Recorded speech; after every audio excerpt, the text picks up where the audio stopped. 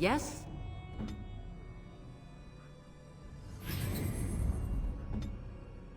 Speak. My love? At your service.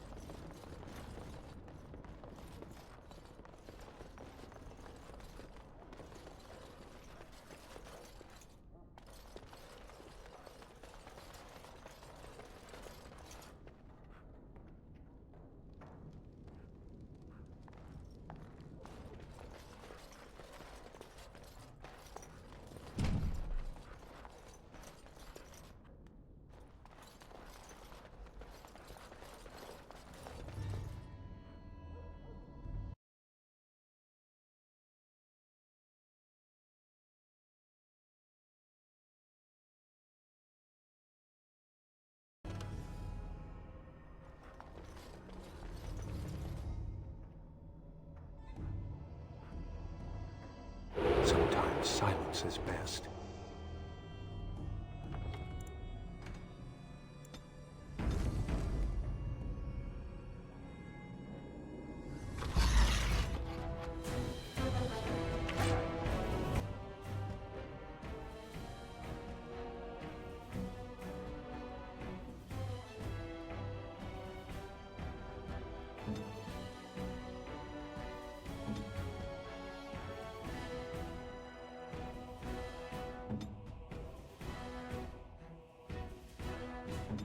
I shall do it.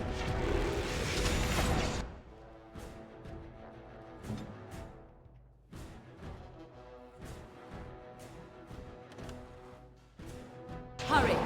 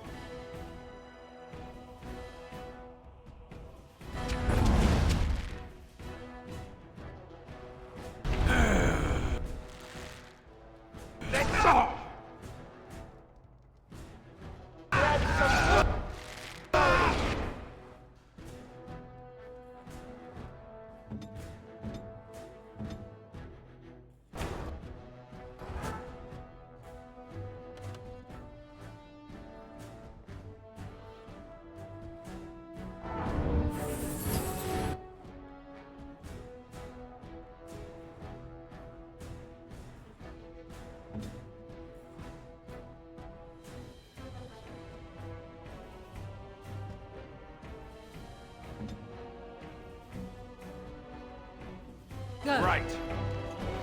Go!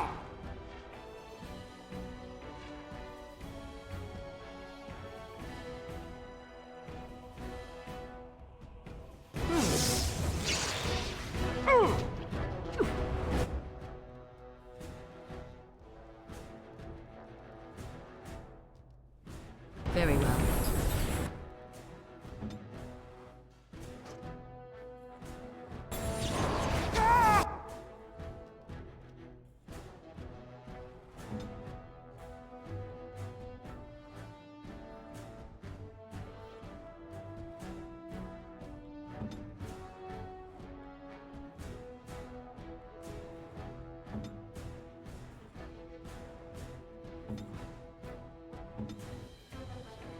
Let's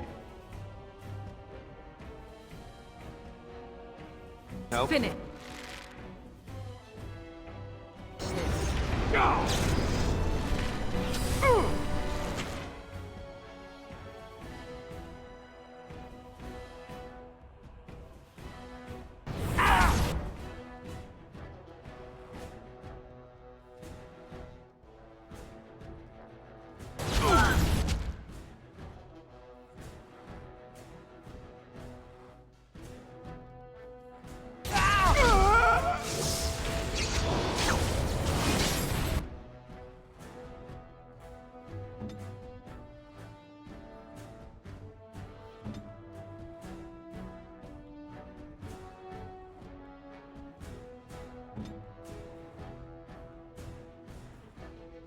So I be it. need a moment of rest.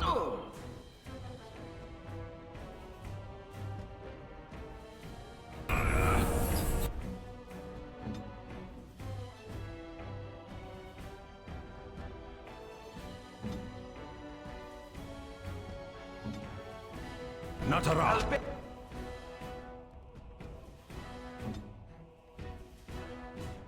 I am armed. Please.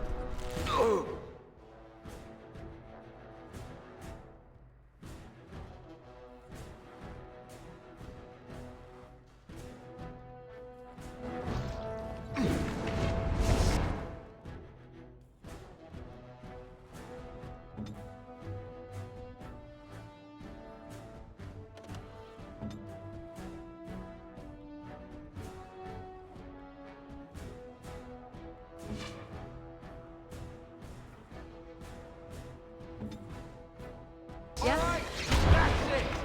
Let's have at it. It has begun. All right, Go. that's it.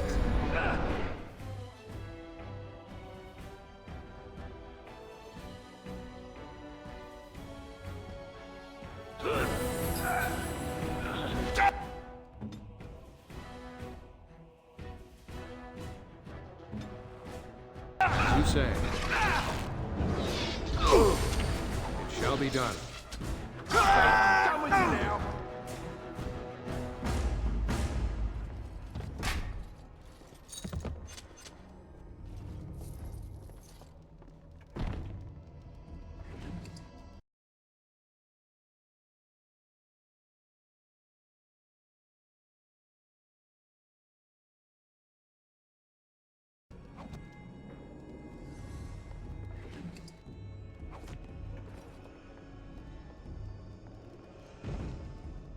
It shall be done.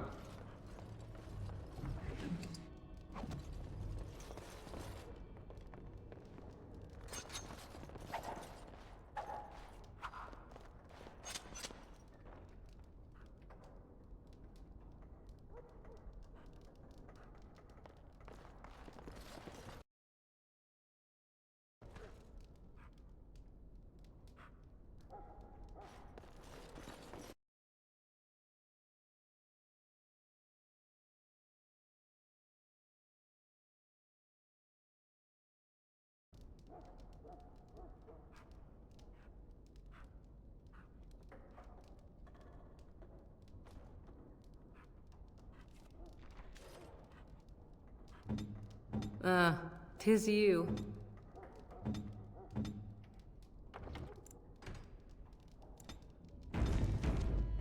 None shall see me.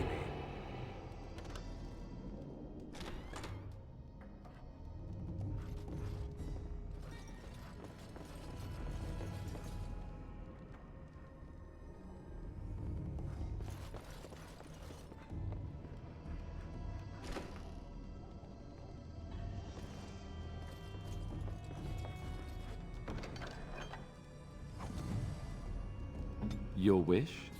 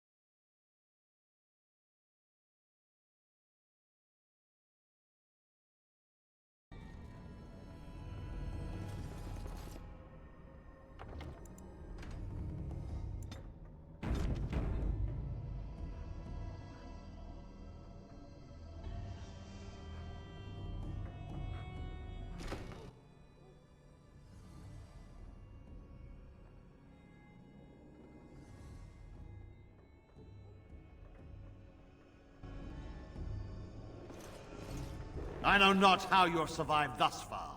Is it luck or providence? No matter. You will not survive this!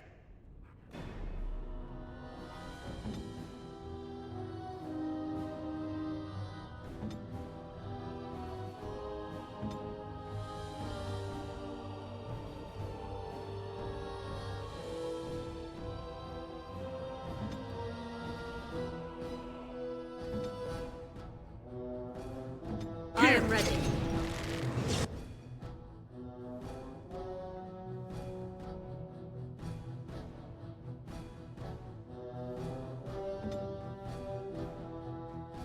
Hurry.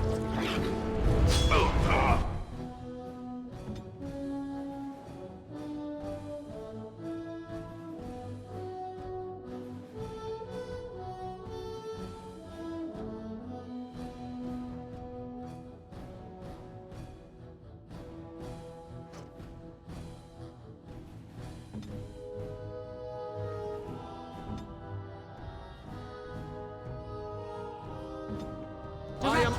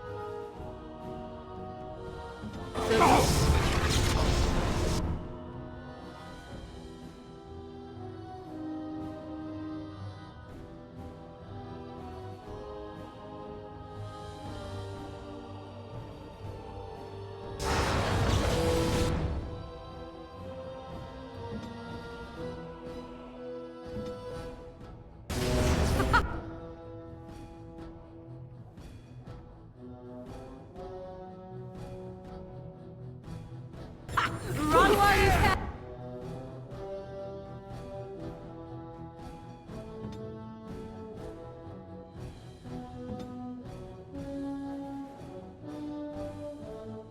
Send me. Don't give them the...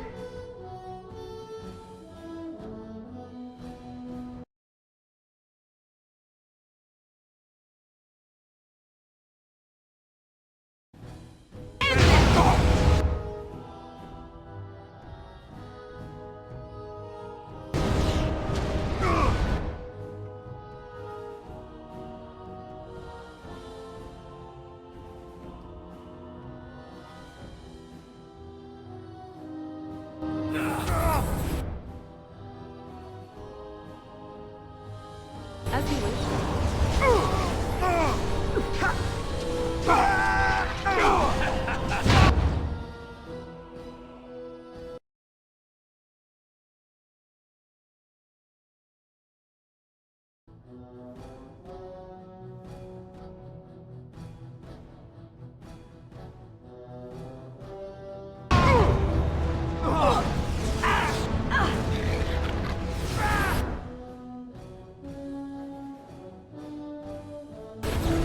Time to taste steel. Healing would be helpful now.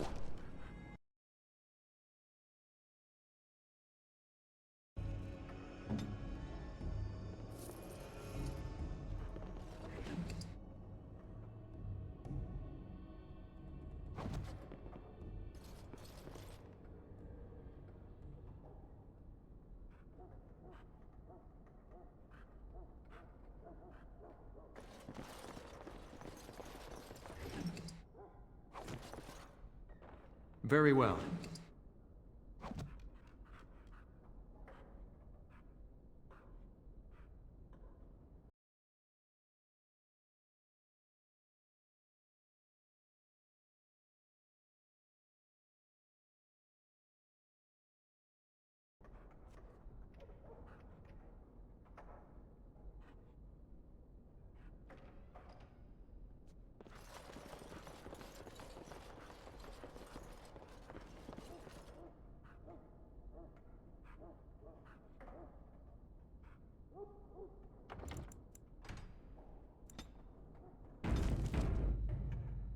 I shall do it.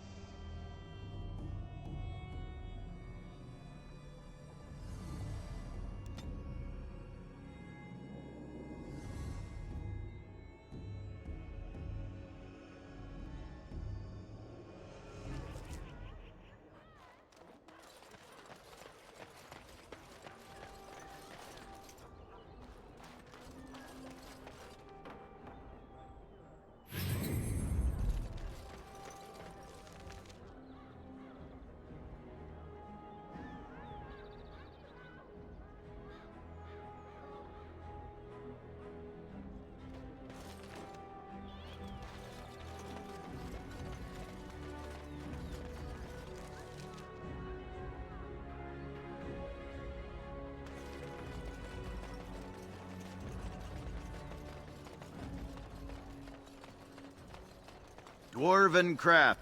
Welcome back. Is there something else you'd like to... Every...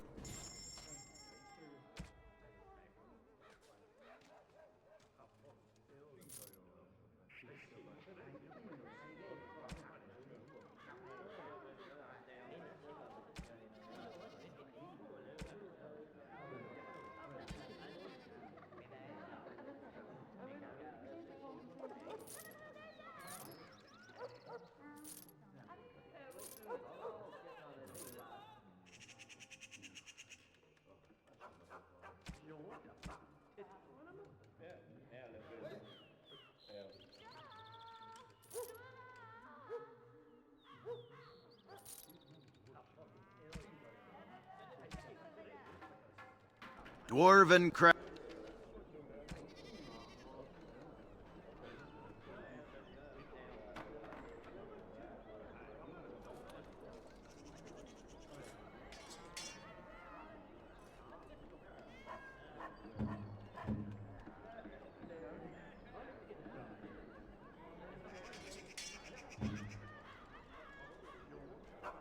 Crafts. Fine dwarven crafts. Direct from Orzammar. You won't find...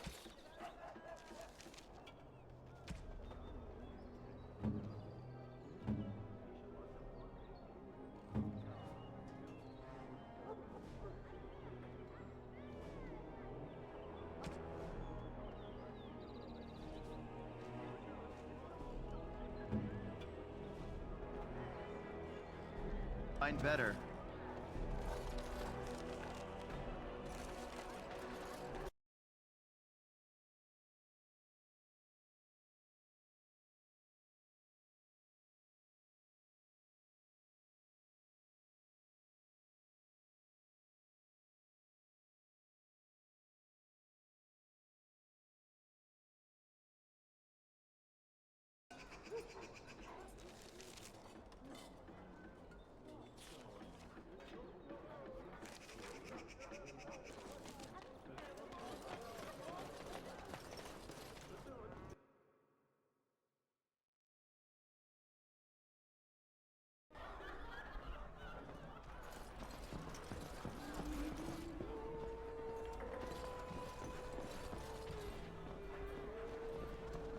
What can I get you, stranger? The Darkspawn have attacked Lothering. I don't think everyone even had fled by the time they came, either. Word has it they swarmed the entire area, making off with prisoners and burning down the buildings, and then they were gone. Just as quick. I wonder if there's anyone left. I heard some chanters were going to head down south, maybe to try to find some survivors. I'm not holding out hope myself. Anything else you need?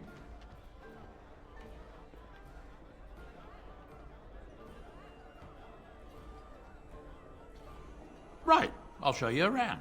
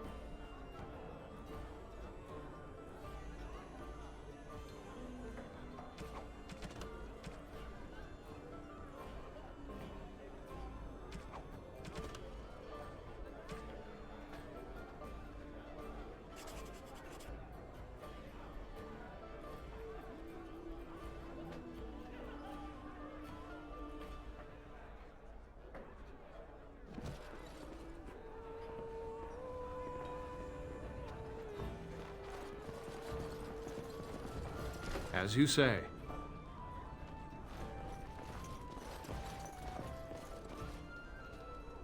What are you looking at? We're the Crimson Oars. complaints. We have good coin, and we're breaking none of your laws. I spit on your complaints. You see, this is why we called the guard. Causing a ruckus, they are.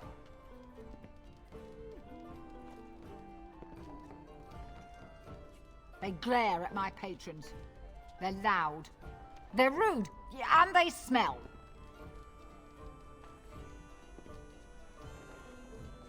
We happen to like the ale better here, the wine too. Less vomit on the floor. So long as we're paying, they're serving! Ha ha!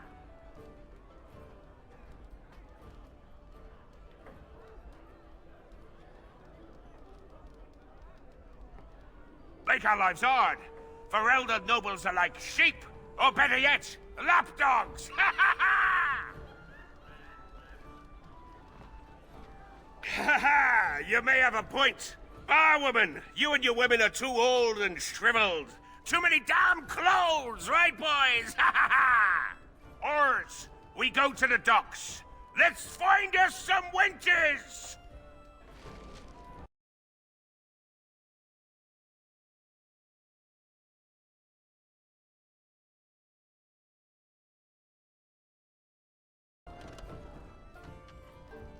Good job clearing those louts out.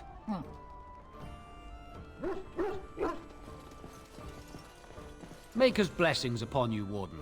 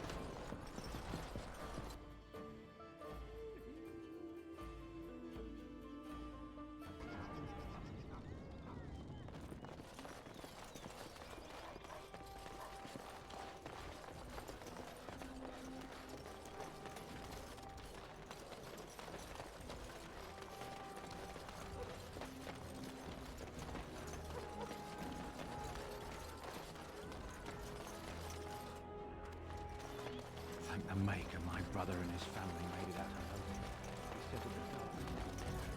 alive. Edwina sends her thanks for getting rid of the Crimson Oars. Mind you, she's disappointed there was no fighting. Here's payment. You've helped out a great deal.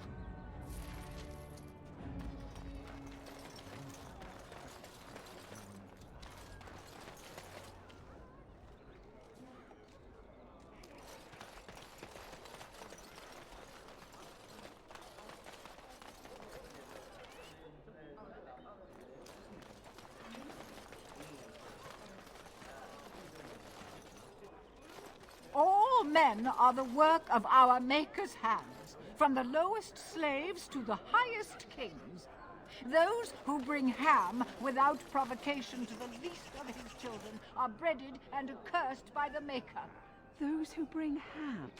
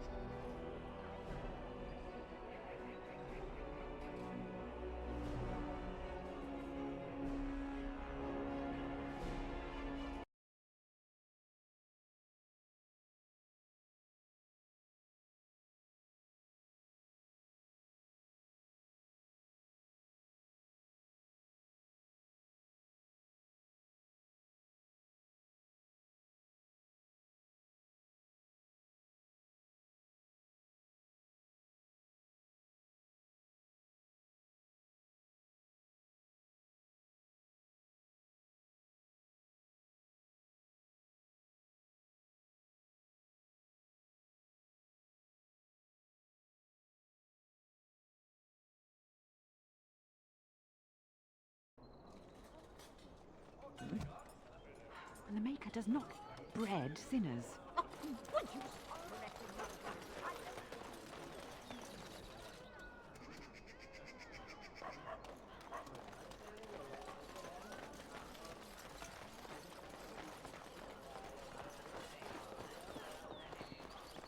Yes? All right, let me take a look. What? This is terrible. My beloved.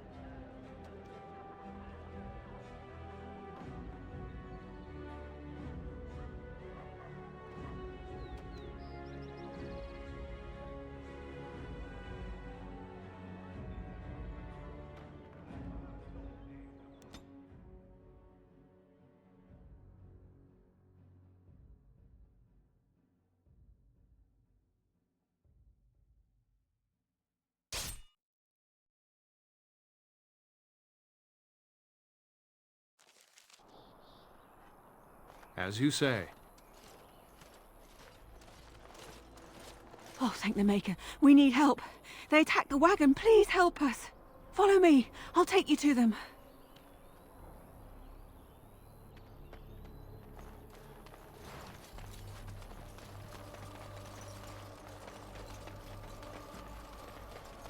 It's a trap!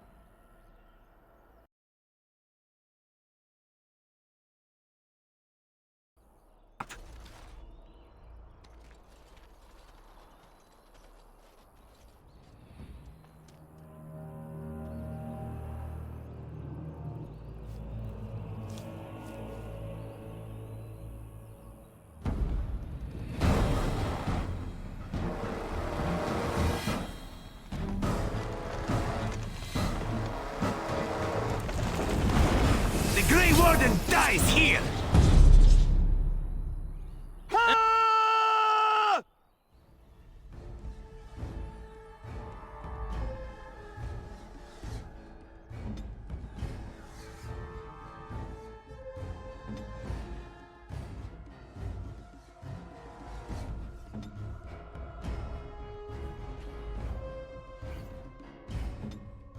Enemies approaching!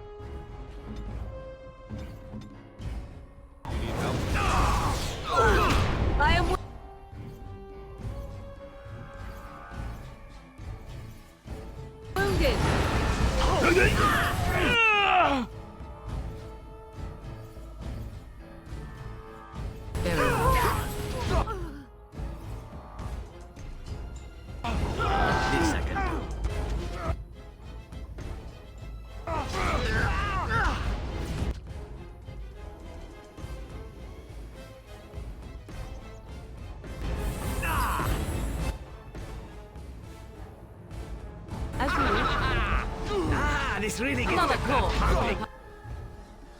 I'll. There you go.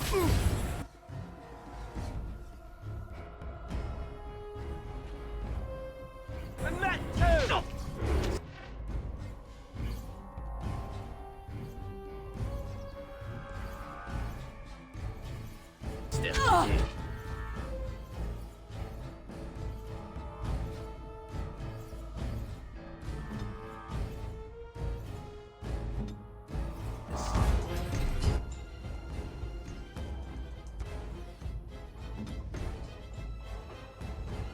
Here! A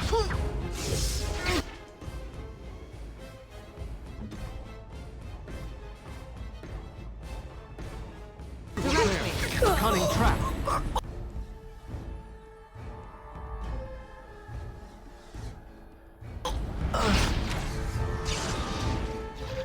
Very well. I am your death!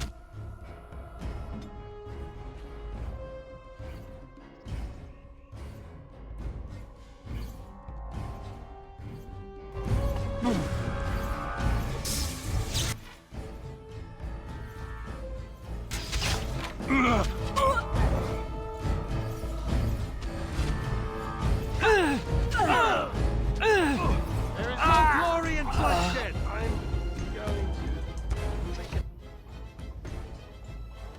So be it. Hope that's...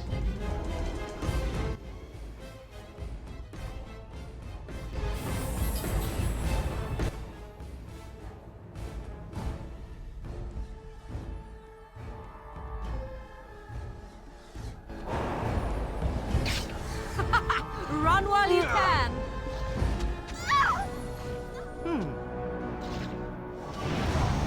I am your death!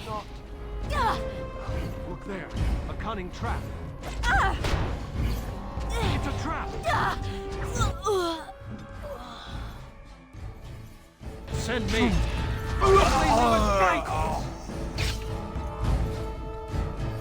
Okay. Right. Next. Oh, what? I rather thought I would wake up dead, or not wake up at all, as the case may be. But I see you haven't killed me yet.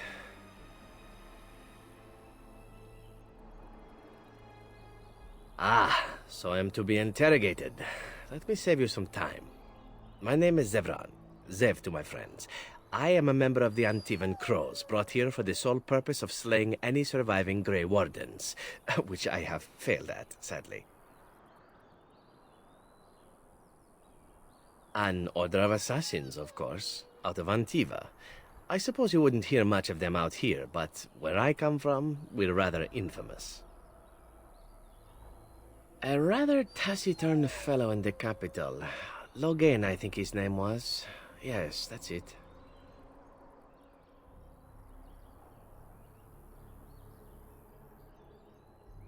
I have no idea what his issues are with you. The usual, I imagine. You threaten his power, yes? Beyond that, no, I am not loyal to him. I was contracted to perform a service. Oh, well, that's between Logan and the Crows, and between the Crows and myself. Isn't that what we're establishing now? I wasn't. If I had succeeded, I would have returned home and the Crows would have informed your Logan of the results, if he didn't already know. If I had failed, I would be dead, or I should be, at least as far as the Crows are concerned. No need to see Logan then. What can I say, huh? I am an eternal optimist. Although the chances of succeeding at this point seem a bit slim, don't they? No, I don't suppose you'd find that funny, would you?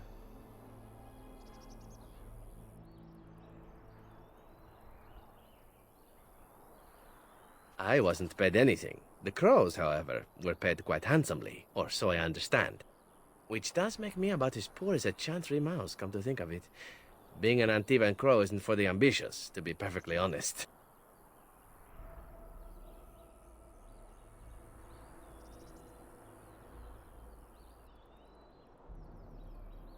Why not? I wasn't paid for silence. Not that I offered it for sale, precisely.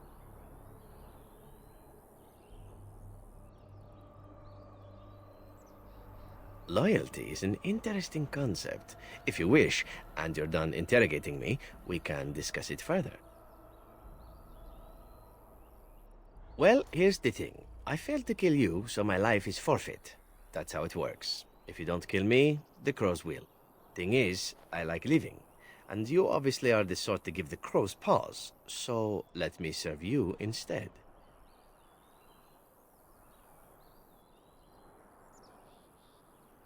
To be completely honest, I was never given much of a choice regarding joining the crows.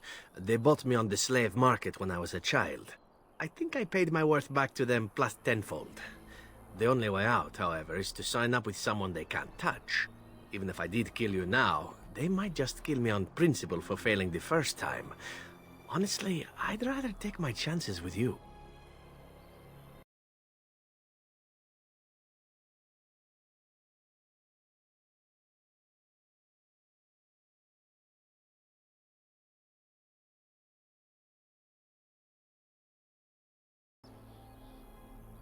Possibly. I happen to know their wily ways, however. I can protect myself as well as you. Not that you seem to need much help. And if not, well, it's not as if I had many alternatives to start with, is it?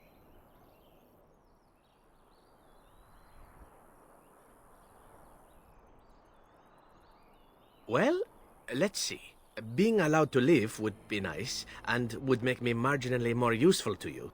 And somewhere down the line, if you should decide that you no longer have need of me, then I go on my way. Until then, I am yours. Is that fair? I happen to be a very loyal person. Up until the point where someone expects me to die for failing.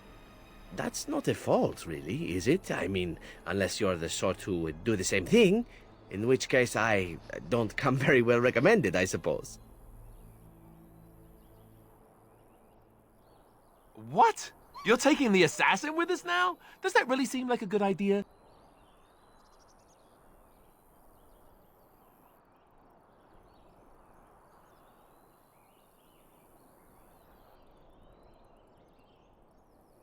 We could apparently use a swift kick in the head too, but you don't see me going around asking for one. A fine plan, but I would examine your food and drink far more closely from now on, were I you. That's excellent advice for anyone. I hereby pledge my oath of loyalty to you until such a time as you choose to release me from it. I am your man, without reservation. This I swear.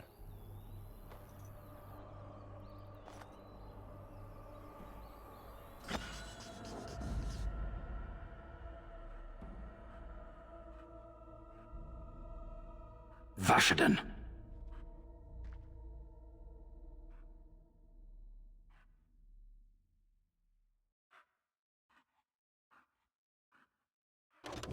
Blast it.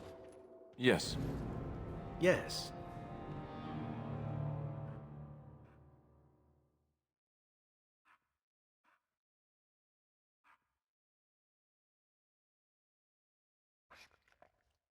Yes. Vashaden. Indeed. I'm not giving up. I shall do it. Very well. As you say.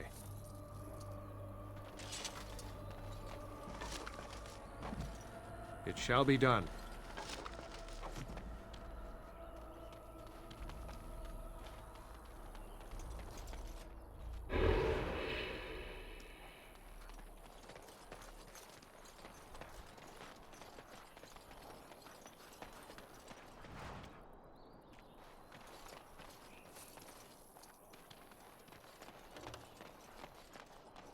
As you say.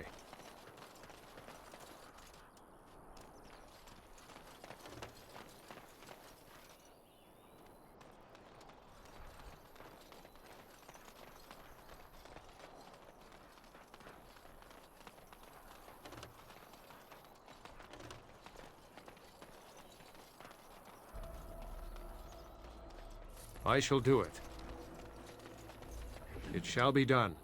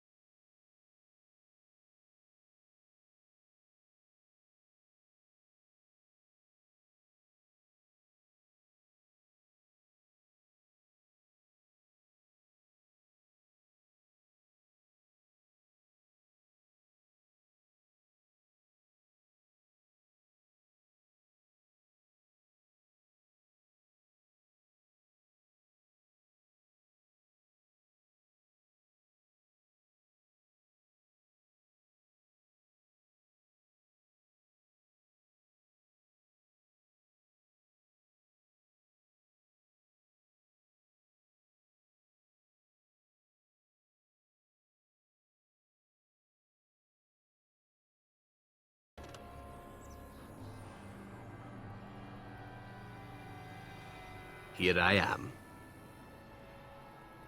Oh, this should be good. Go ahead. Well, the crows would have you believe that it is an involved process that takes years of training, the sort that tests both your resolve and your endurance. Survive that process and maybe, just maybe, you're good enough to start being considered one of them. But quite frankly, the truth is that all it requires is a desire to kill people for a living. It's surprising how well one can do in such a field.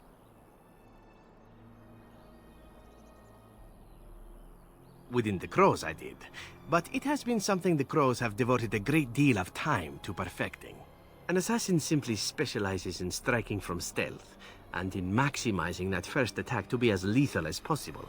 Debilitate your foe, either by poison or by crippling their limbs, makes any follow-up combat you need to engage in that much simpler.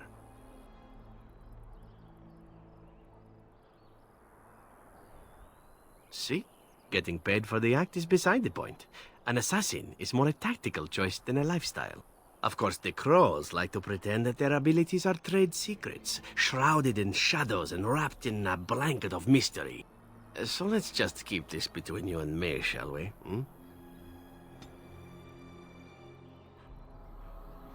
Here I am. Oh, I certainly could, but I won't. I swore to the crows that the things they taught me were to remain a secret. And while, yes, they are already angry at me, I'd rather not push things, you see. If you are truly insistent, well, let me think about it. The crows are already angry at me, yes? Who knows? Here I am. Oh, this should be good. Go ahead.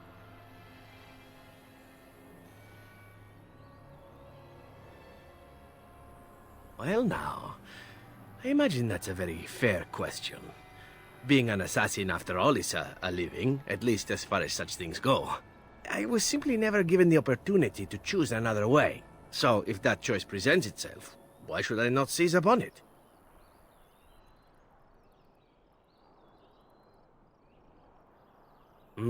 To be truthful, I didn't even know the crows existed when I joined them.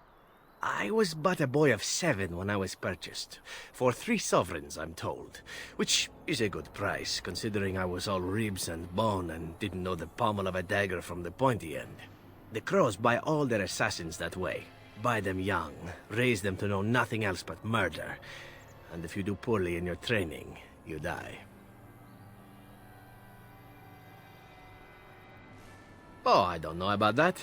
The crows who are actually good enough to survive come to enjoy some of the benefits. In Antiva, being a crow gets you respect. It gets you wealth. Gets you women. And men. Or whatever it is you might fancy. But that does not mean doing what is expected of you always. And it means being expendable.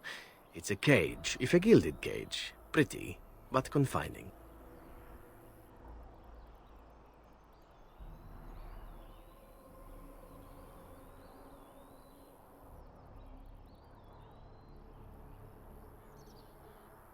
I fancy many things. I fancy things that are beautiful, and things that are strong. I fancy things that are dangerous and exciting. Would you be offended if I said I fancied you?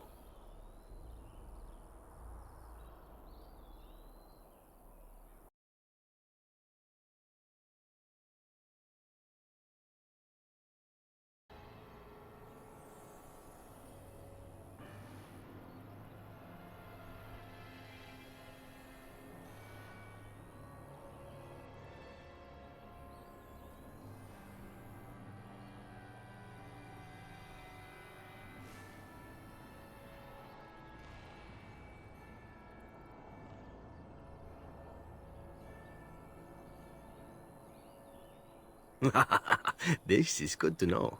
As for what I'll do in the future, presuming that there is one, I truly can't imagine. It might be interesting to go into business for myself, for a change. Far away from Antiva, of course. For now, naturally, I go where you go.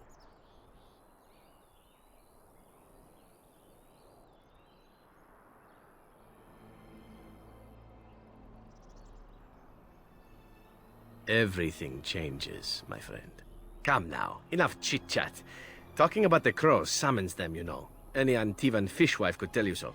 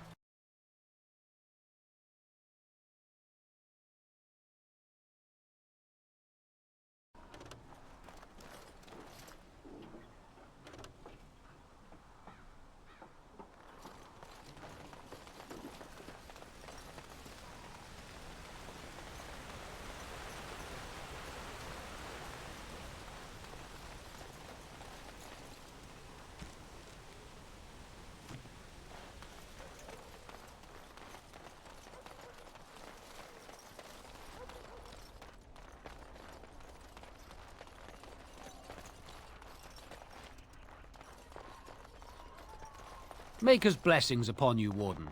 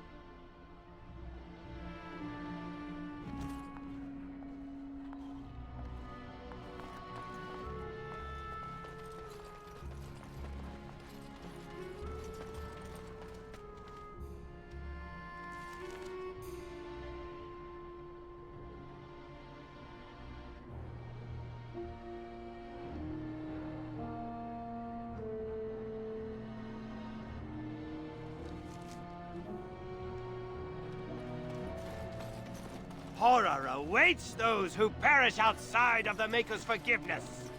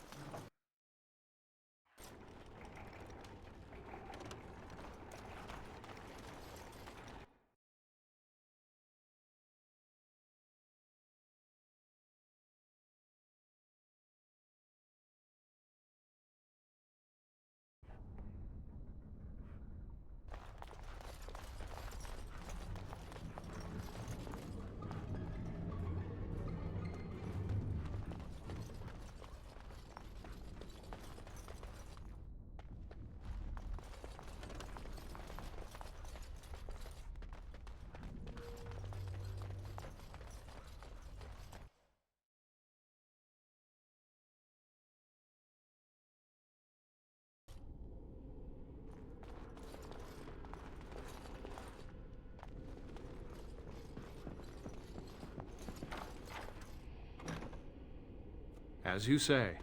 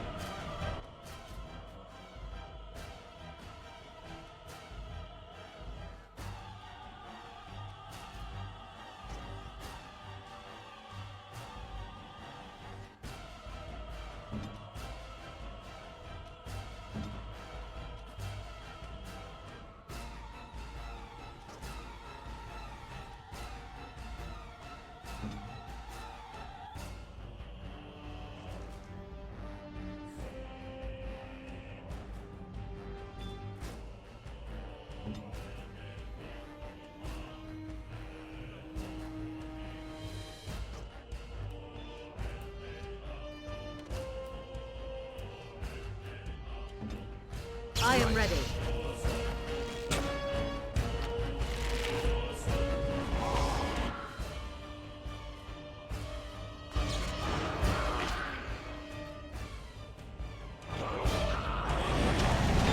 It's your time!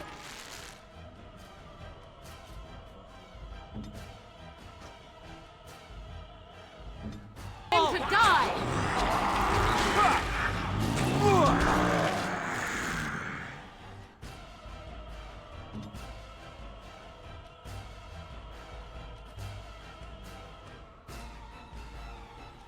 Now we get our hands dirty. Very well.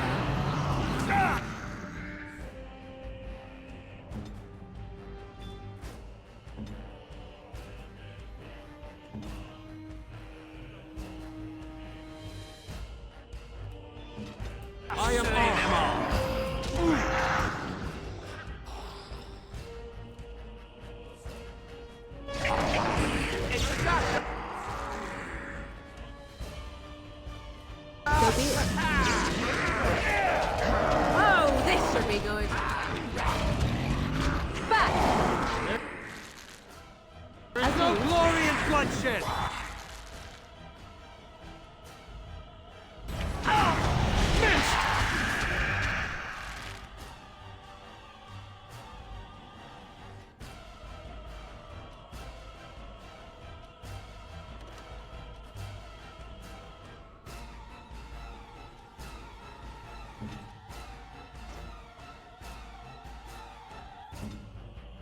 It is begun.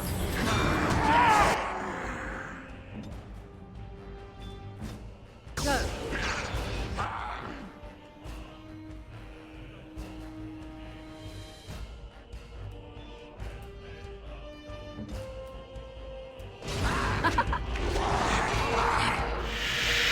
So be it.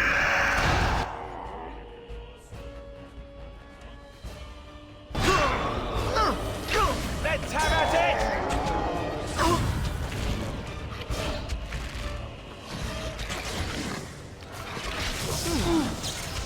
Our skill has won the day. That's a lot of blood. This injury is...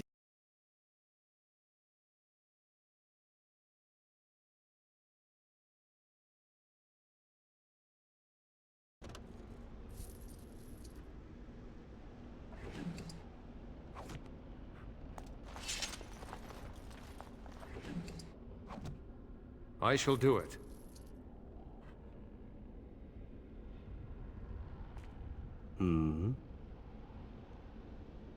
All right, but I get to stare at you luridly while you do so.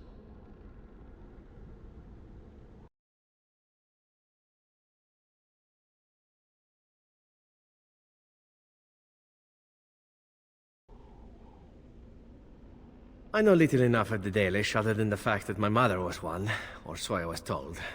She had fallen in love with an elven woodcutter and accompanied him back to the city, leaving her clan behind for good. And there, of course, the woodcutter died of some filthy disease and my mother was forced into prostitution to pay off his debts. Oldest tale in the book. How should I know? My mother was a whore, as you'll recall. None of the other elven boys in the whorehouse knew their fathers. I was not so unusual. I didn't know my mother either, of course. She died giving birth to me. My first victim, as it were. We were all raised communally by the whores. It was a happy enough existence, ignoring the occasional beating. Until eventually I was sold to the crows. I brought a good price, so I hear.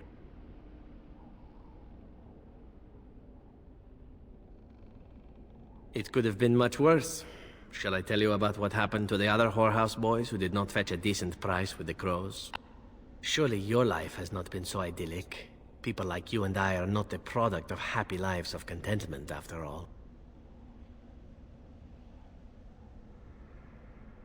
My original point is that my mother's Dalish nature was always a point of fascination for me. Through all the years of my crow training, the one thing of my mother's that I possessed was a pair of gloves.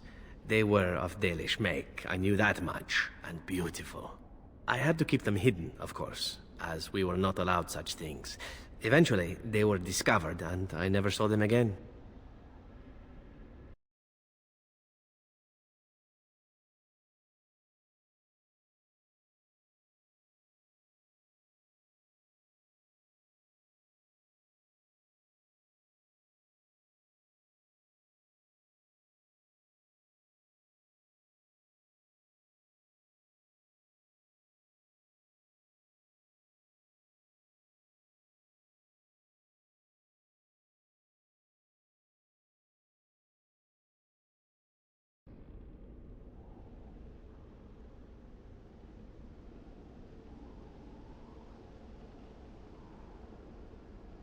I don't feel anything about them.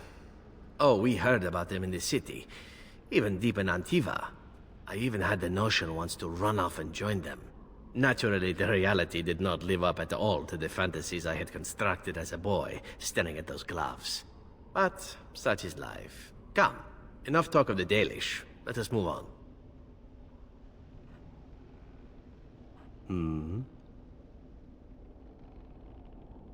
All right, but I get to stare at you luridly while you do so.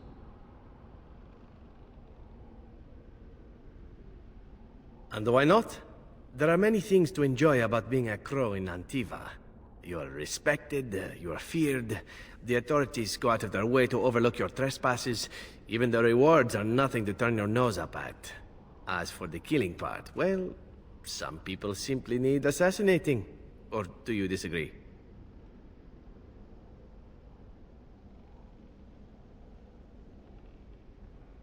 I often find myself the instrument of fate, ending these lives for one necessity or another. I console myself with the notion that most of them had it coming. As far as enjoying the act of killing itself, why not? There is a certain artistry to the deed, the pleasure of sinking your blade into their flesh and knowing that their life is in your hands.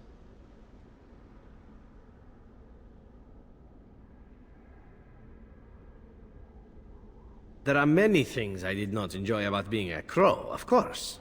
Having no choice, being treated as an expendable commodity, the rules, oh, so many rules. But simply being an assassin, I like it just fine. I will continue to do it if I can, even if I am not a crow. Honestly, could you picture me doing something else?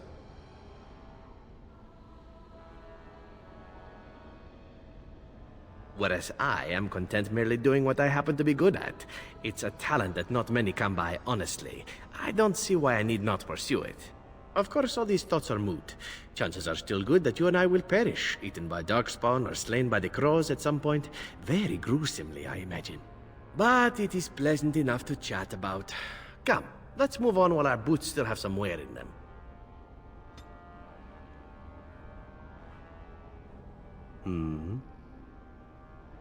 Oh, this should be good. What would you like to discuss?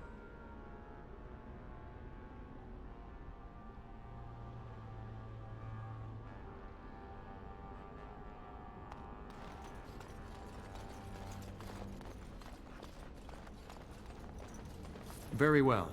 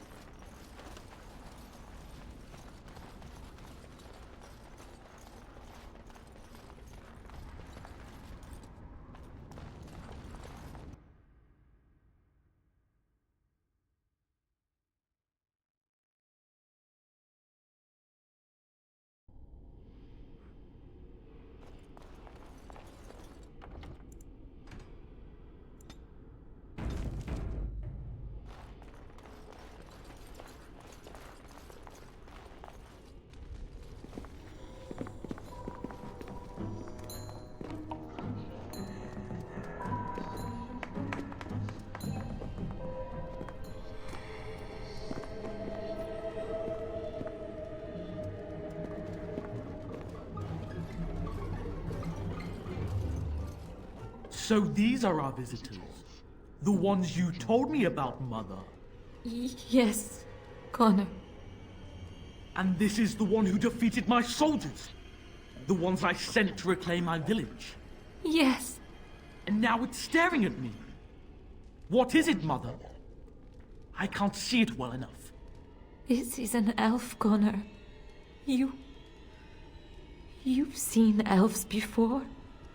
We have them here in the castle. Oh, I remember. I had their ears cut off and fed to the dogs. The dogs chewed for hours. Shall I send it to the kennels, Mother? Connor, I beg you. Don't hurt anyone. Mother? What's happening? Where am I? Oh, thank the Maker. Connor, can you hear me? Get away from me, fool woman! You are beginning to bore me. Grey Warden, please don't hurt my son.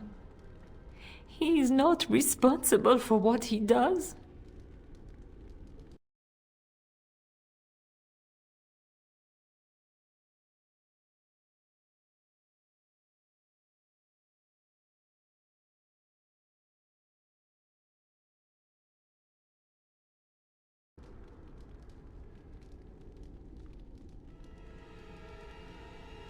Here I am. Here am I. I like him better this way. No more yelling. Now he amuses me. Connor didn't mean to do this. It was that mage, the one who poisoned Demon. He started all this. He summoned this demon. Connor was just trying to help his father. And made a deal with the demon to do so? Foolish child. It was a fair deal. Father is alive, just as I wanted. Now it's my turn to sit on the throne and send out armies to conquer the world. Nobody tells me what to do anymore. Nobody tells him what to do. Nobody. Ha ha ha ha. Quiet, Uncle! I warned you what would happen if you kept shouting, didn't I? Yes, I did. But let's keep things civil. This man will have the audience he seeks. Tell us, what have you come here for?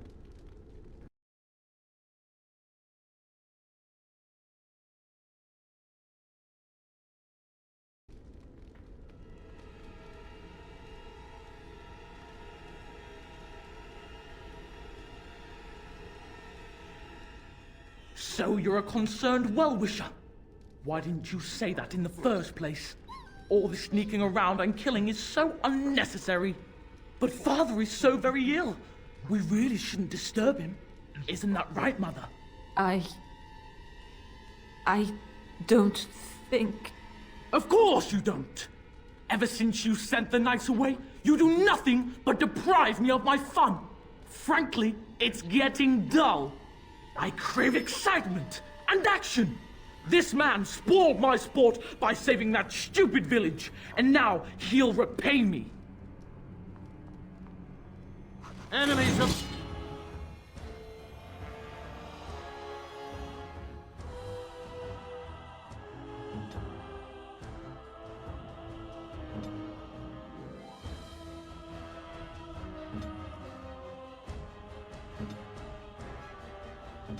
Let's finish this.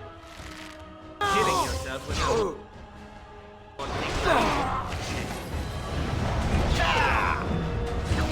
Another battle, I see. Now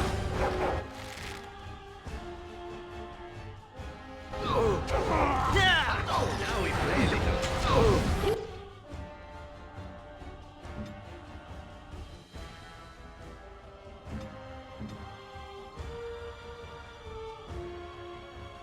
There's no glory in bloodshed! Shall we come?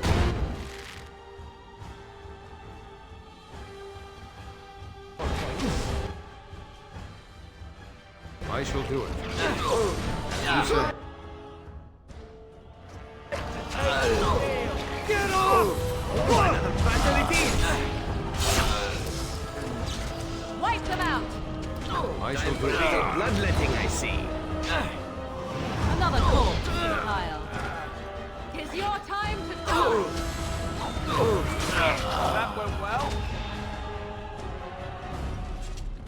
Tegan. Oh, Tegan. Are you all right? I am... better now, I think. My mind is my own again. Blessed Andraste. I would never have forgiven myself had you died. Not after I brought you here. What a fool I am. Please. Connor's not responsible for this. There must be some way we can save him.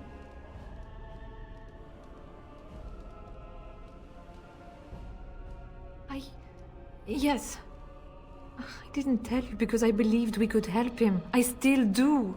Clearly the child is an abomination. There is only one way to stop it. He's not always the demon you saw. Connor is still inside him, and sometimes he breaks through. Please, I just want to protect him. Isn't that what started this? You hired the mage to teach Connor in secret, to protect him. If they discovered Connor had magic, then they'd take him away. I thought if he learned just enough to hide it, then...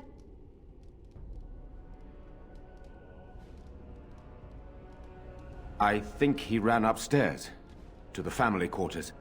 Violence scares him. I know that sounds strange. He may have run up to his room, or... I don't know. The fighting may have scared Connor into coming out again, and so he ran. So you're saying he may be vulnerable? Perhaps. Is there no other way?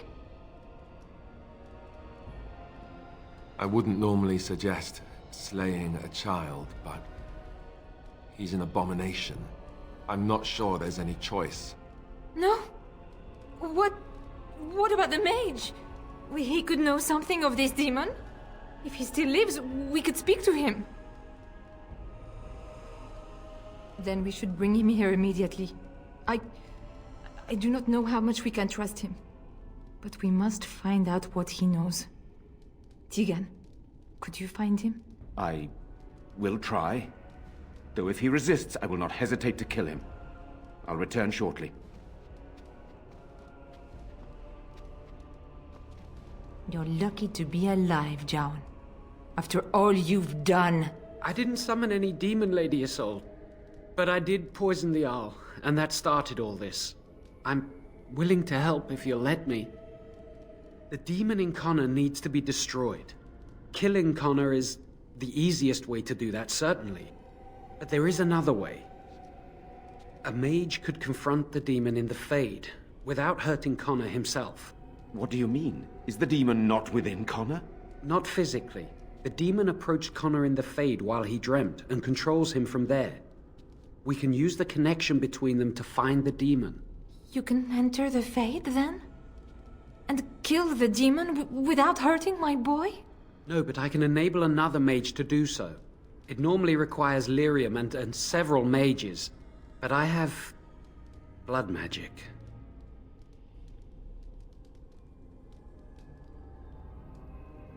Lyrium provides the power for the ritual, but I can take that power from someone's life energy. This ritual requires a lot of it, however. All of it, in fact. So, someone must die? Someone must be sacrificed? Yes, and then we send another mage into the Fade. I can't enter because I'm doing the ritual. Maybe I shouldn't have said anything. It's not much of an option.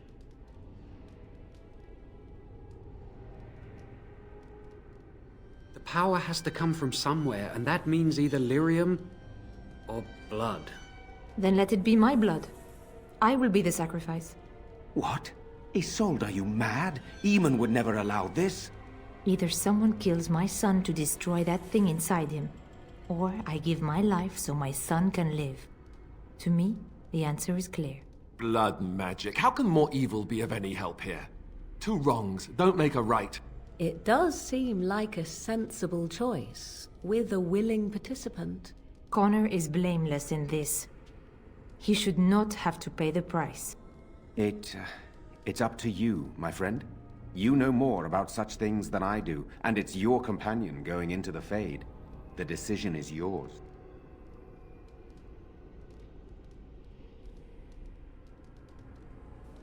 If there is even a chance to save Connor, I am. You rest your hopes on this young mage? He poisoned Eamon, and he could take your life power and attack for all we know. He would be a fool to try.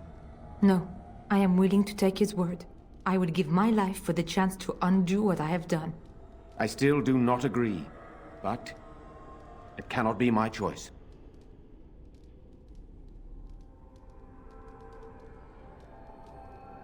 You can find lyrium and more mages at the Circle of Magi, if they would even do it. That is an excellent point. One of the treaties is also for the Circle of Magi, after all.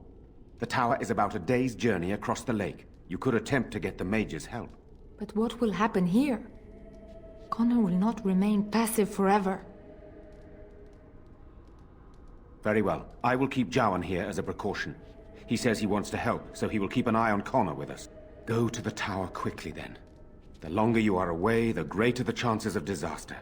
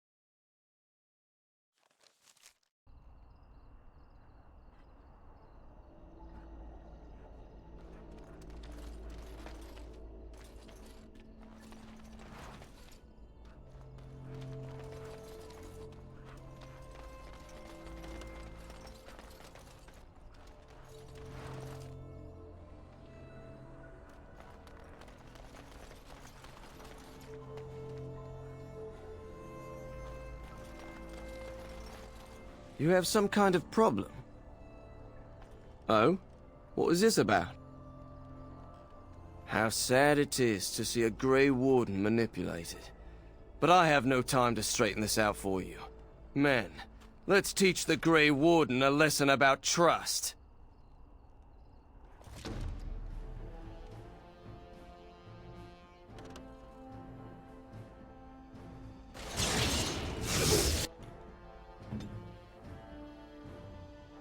Very well.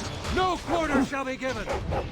Time to dance! Trust me and you shall pay! I am your death!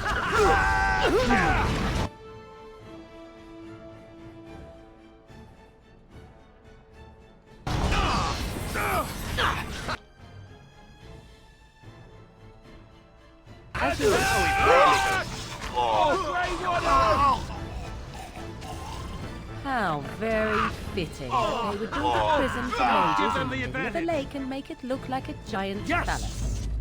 It is begun.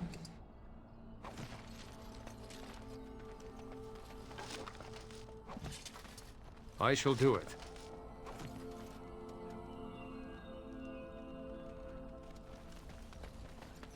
Good to see you again.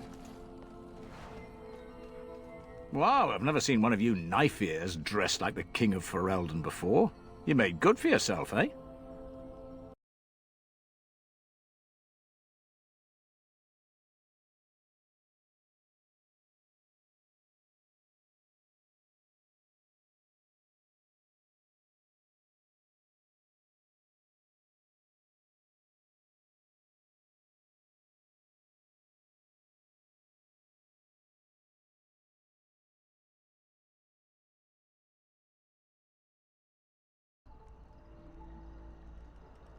Oh, I don't mean no offense.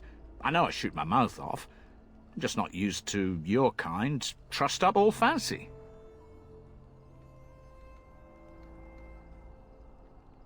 Oh, there I go again. I don't mean nothing by it. I swear I should start over. I'm mighty pleased to be making your acquaintance, sir. Don't hold your breath. No one's been allowed across the lake for days. I'm the ferryman. Leastwise, I used to be. Poor old Kester. Out of a job.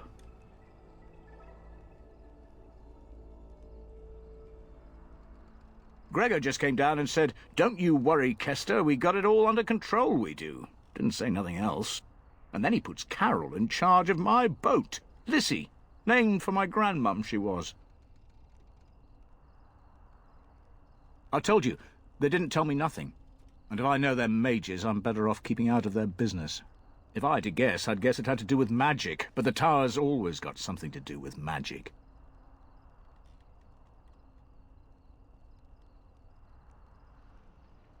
Don't look at me. I told you, I'm not the ferryman no more. Gregor's told me to stay here till it blows over. But I'm telling you, some storms don't blow over easy.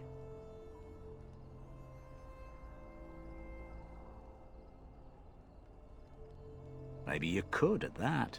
I'm sure your mind's all afire now, eh? Oh, I can't say that. I'm lucky he's good enough to give me the time of day. The first enchanter's all right. He's polite as can be, but he's always a little distant, if you get my drift. But Gregor'll stay to talk. I reckon he likes hearing from us common folk, you know? He's a man to be respected, that Gregor. I reckon it's good for them mages. Gather them all, learn them some proper magics. I know what they say about mages, but the Maker made them for a purpose. If you can't trust him, who can you trust? All right, keep safe, you hear?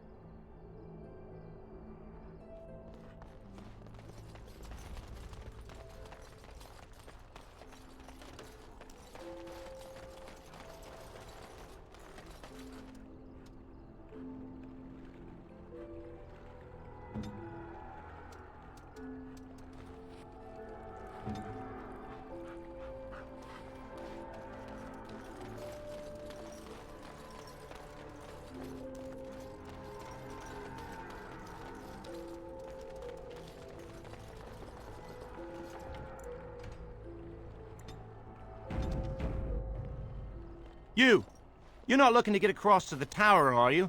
Because I have strict orders not to let anyone pass.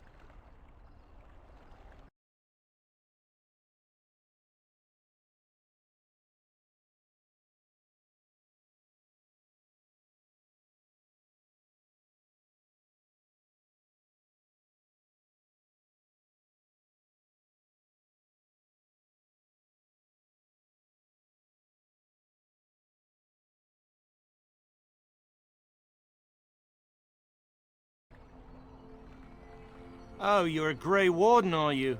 Prove it. Yes? Oh, a Grey Warden seal. Aha! So you're claiming to be one of those.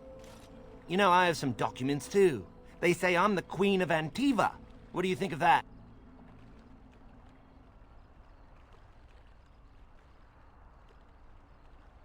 Kill some darkspawn. Come on, let's see some righteous Grey Wardening.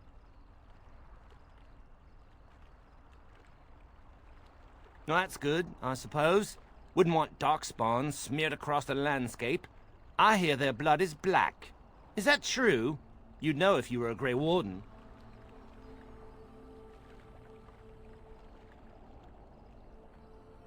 Oh, pleasant, eh? Good thing I don't have to kill them, then. Anyway, it was nice chatting with you. Now, on your way, right now, go!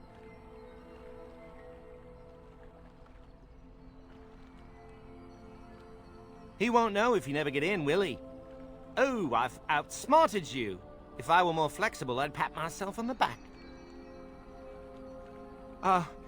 Is that bad? Look, I'm, just trying to do my job. I'll take you right now, just like you wanted. Come along, I suppose.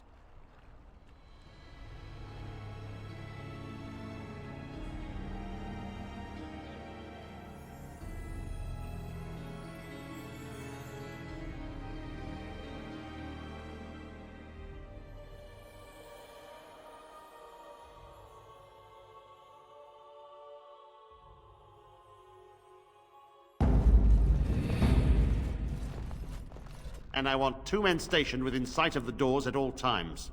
Do not open the doors without my express consent. Is that clear? Yes, sir. The doors are barred. Are they keeping people out or in? Now we wait and pray. Who are you? I explicitly told Carol not to bring anyone across the lake. We're dealing with a very delicate situation. You must leave for your own safety. I am weary of the Grey Warden's ceaseless need for men to fight the Darkspawn, but it is their right. You'll find no allies here. The Templars can spare no men, and the mages are indisposed. I shall speak plainly.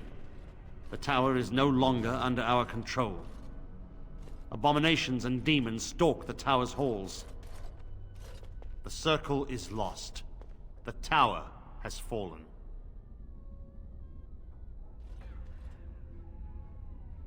I have sent word to Denerim, calling for reinforcements and the right of annulment. The mages are probably already dead. Any abominations remaining in there must be dealt with, no matter what. This situation is dire. There is no alternative. Everything in the tower must be destroyed so it can be made safe again.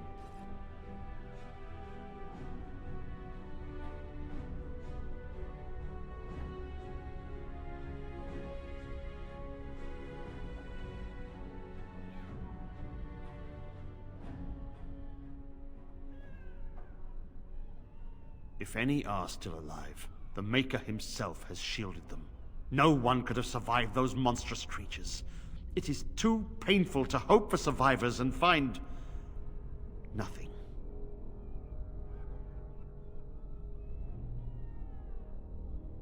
I assure you, an abomination is a force to be reckoned with, and you will face more than one.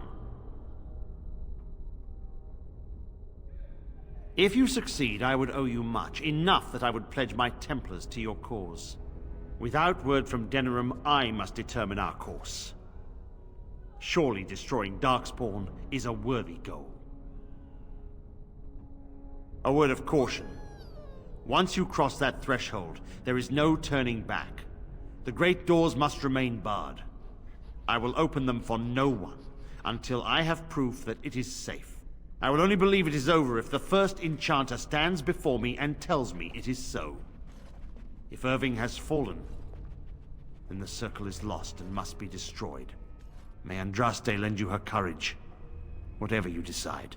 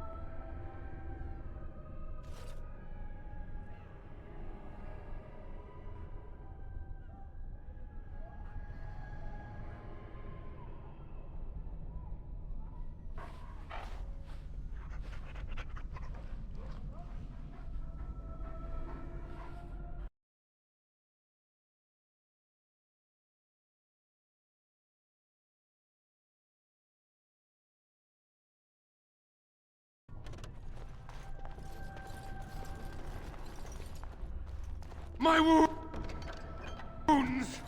They burn! It's unbearable! My wounds! They burn! It's unbearable! I wish this were over. We're running low on supplies, and I don't know how much longer we'll last. Yes. Would you like to trade?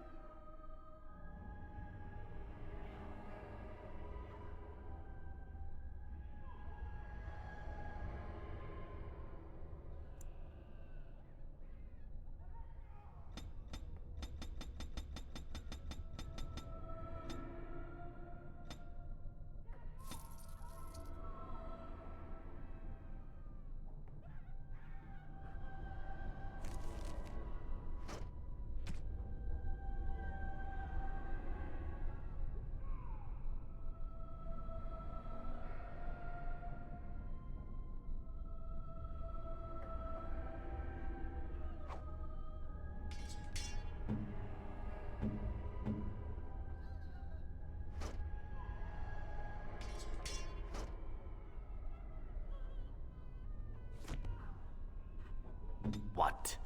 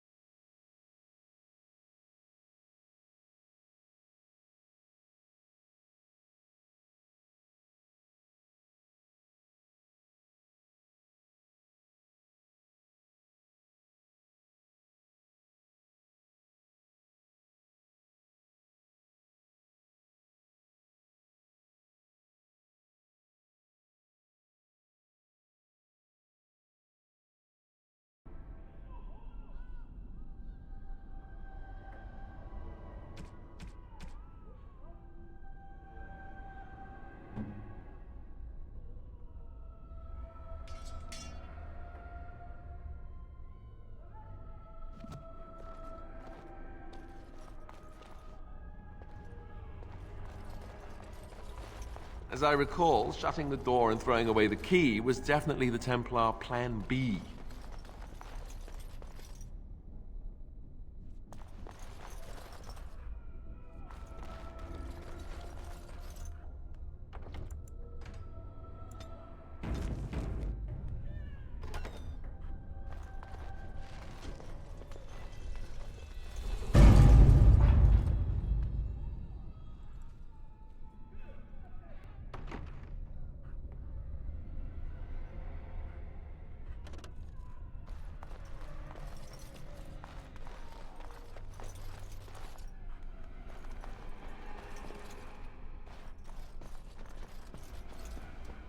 I shall do it.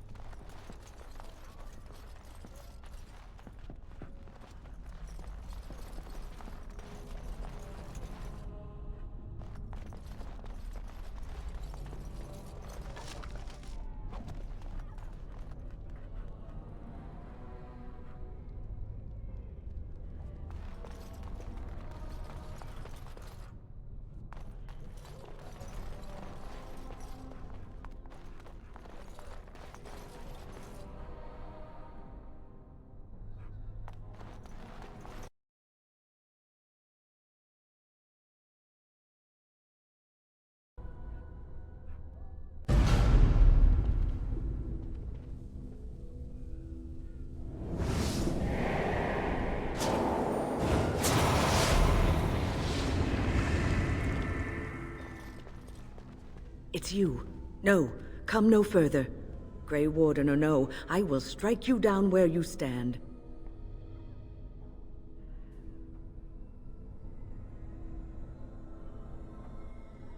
I am a mage of the Circle.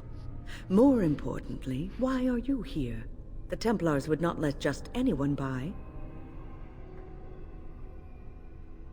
And you were told that the Circle was in no shape to help you, I suppose. So why did the Templars let you in? Do they plan to attack the tower now?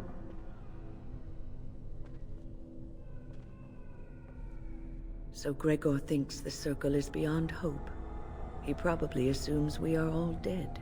They abandoned us to our fate. But even trapped as we are, we have survived. If they invoke the right, however, we will not be able to stand against them. Let it suffice to say that we had something of a revolt on our hands, led by a mage named Uldred.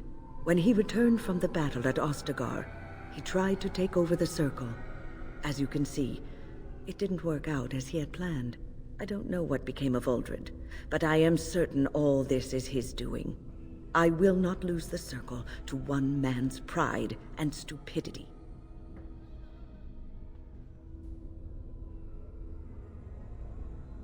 I erected a barrier over the door leading to the rest of the tower, so nothing from inside could attack the children.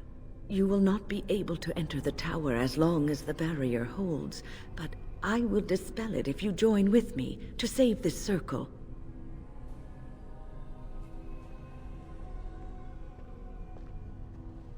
Once Gregor sees that we have made the tower safe, I trust he will tell his men to back down. He is not unreasonable.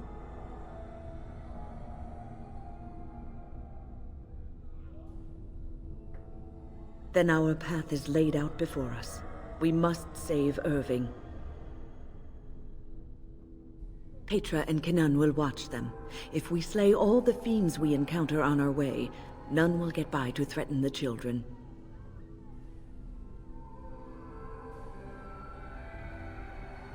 You want us to assist this preachy schoolmistress to rescue these pathetic excuses for mages? They allow themselves to be corralled like cattle, mindless. Now their masters have chosen death for them, and I say, let them have it.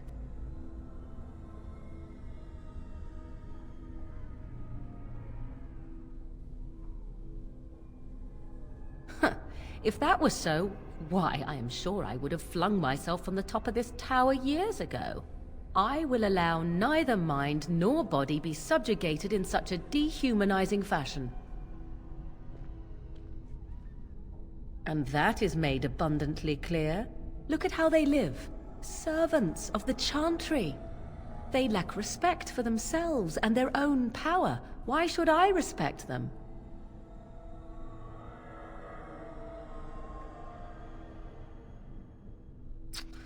Have it your way. Petra, Kenan, look after the others. I will be back soon. Wyn, are you sure you're all right? You were so badly hurt earlier. Maybe I should come along. The others need your protection more. I will be all right. Stay here with them. Keep them safe and calm.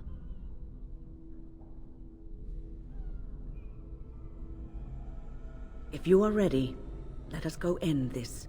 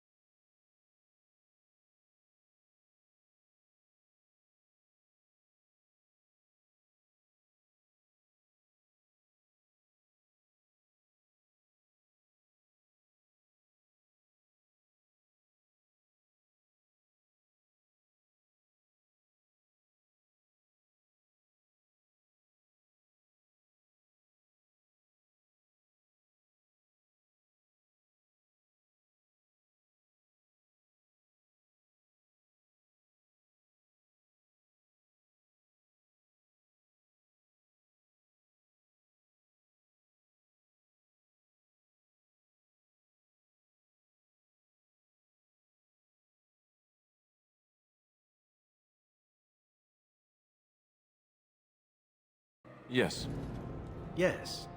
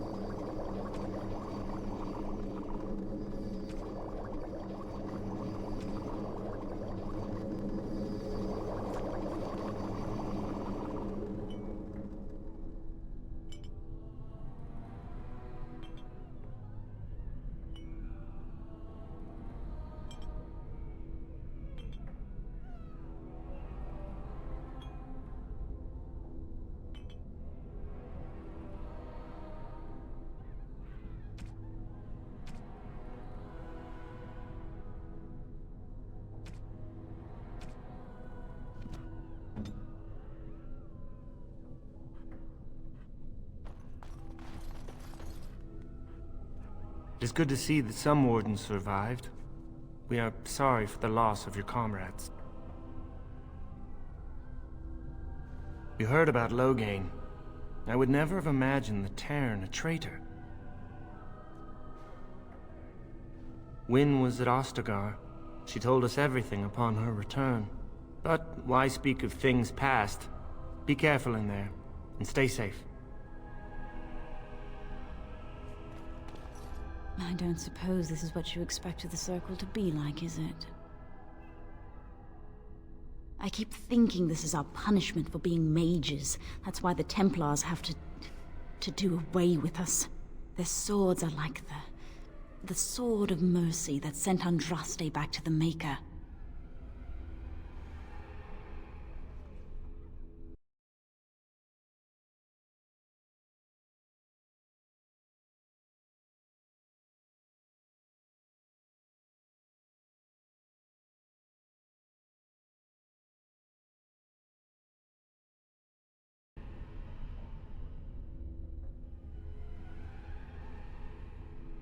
We should let the Templars come. Only then can we be cleansed of our wickedness.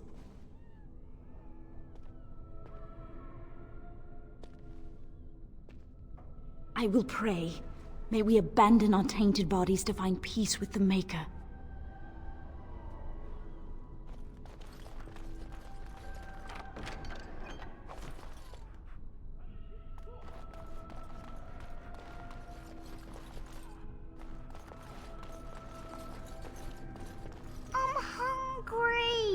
Look after her, will you? I don't know if she's up to this, especially not after... I just worry.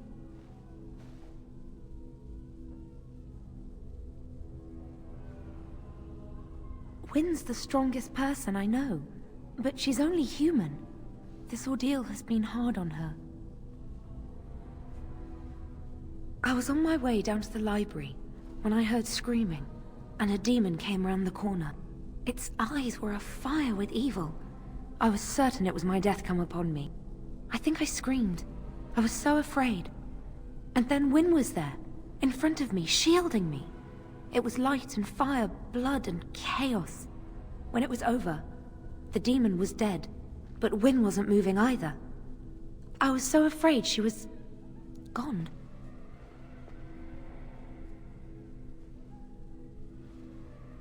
As I moved to help her, she stirred and coughed. I don't know what I would have done if she had died. For me.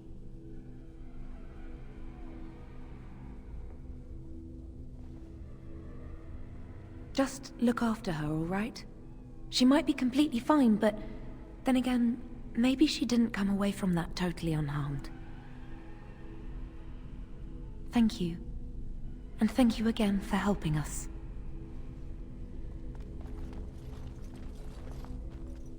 Here we are. I'm somewhat amazed at myself for having kept it in place this long. It made me very weary at times, but I had to stay strong to keep us safe. Be prepared for anything. I do not know what manner of beasts lurk beyond this barrier. Do not fear, my good lady. Our Grey Warden is very good at fending off attackers. Speaking from experience here. All right. Be on your guard.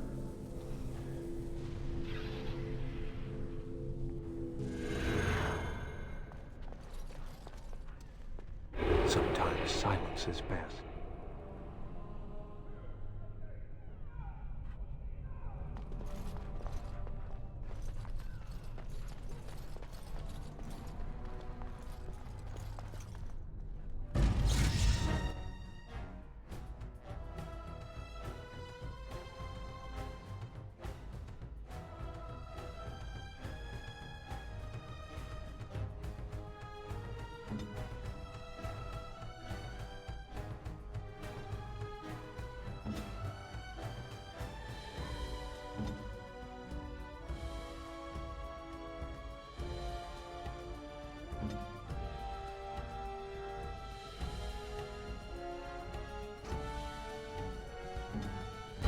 I must maintain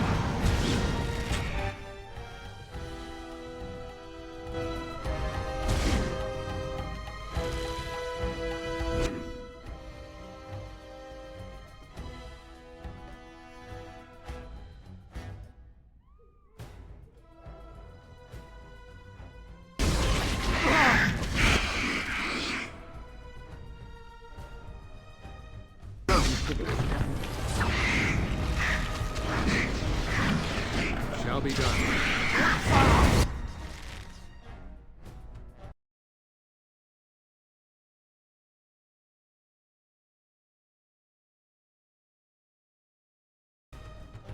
Time to dance.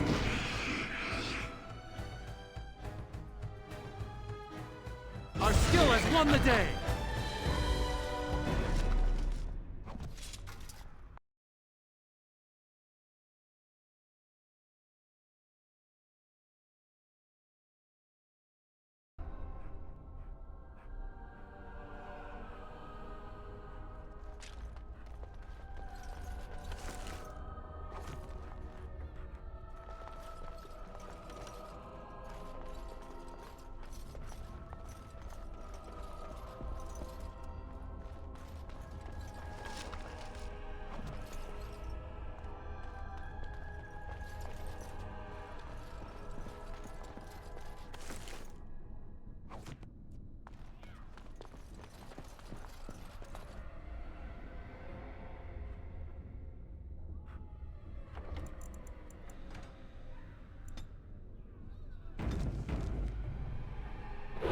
You shall see me.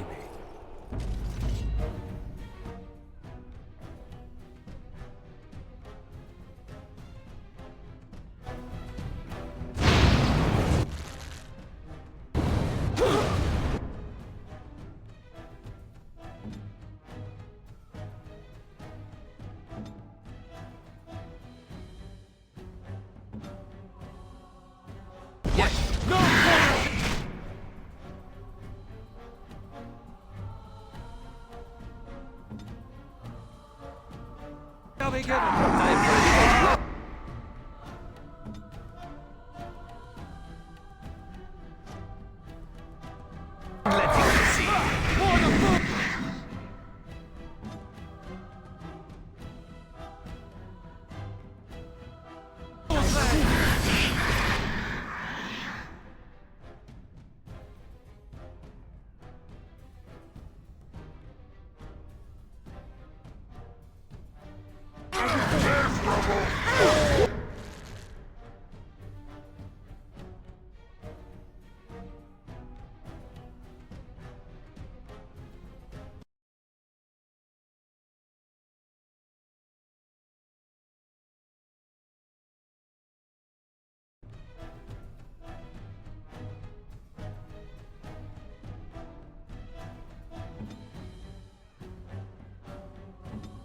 Now the fun.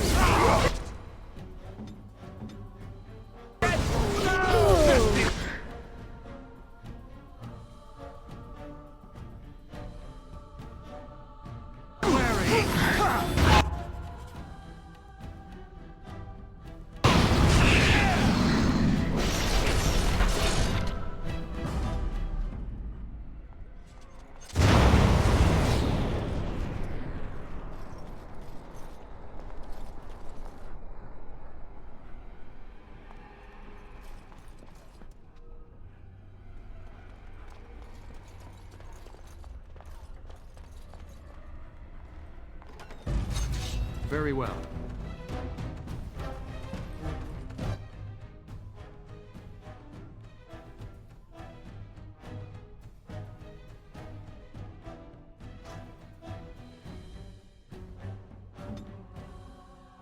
I shall do so.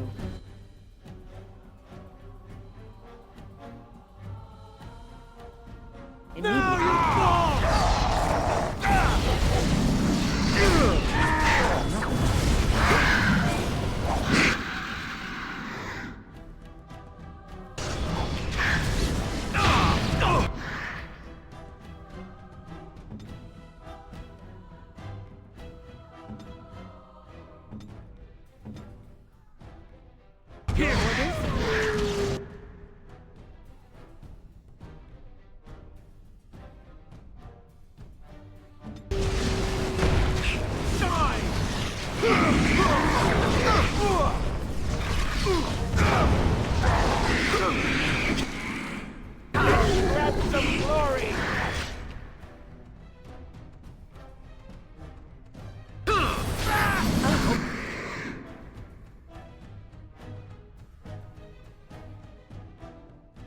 Someone was keeping score.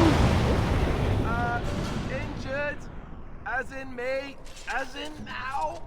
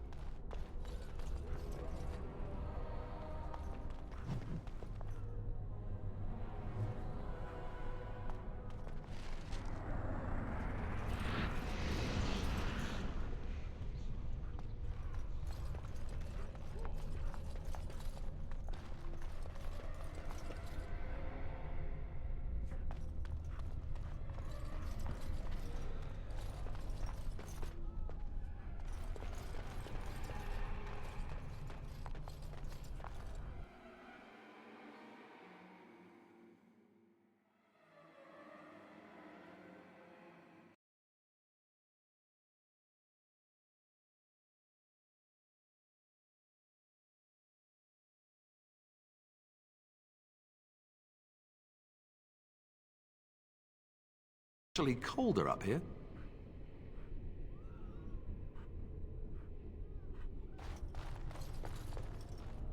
Please refrain from going into the stockroom. It is a mess, and I've not been able to get it into a state fit to be seen. I was trying to tidy up, but there was little I could do. Of course, I am defenseless, and if I ran into one, I would surely perish. I tried to leave when things got quiet. That was when I encountered the barrier. Finding no other way out, I returned to work. Owain, you should have said something. I would have opened the door for you. The stockroom is familiar. I prefer to be here. He is one of the Tranquil. The Tranquil do not have emotions. I would prefer not to die. I would prefer it if the tower returned to the way it was. Perhaps Niall will succeed and save us all. I do not know, but he came here with several others and took the litany of Adralla. But that protects from mind domination. Is blood magic at work here? I do not know. Niall was in the meeting. He would know. Blood magic. I was afraid of this.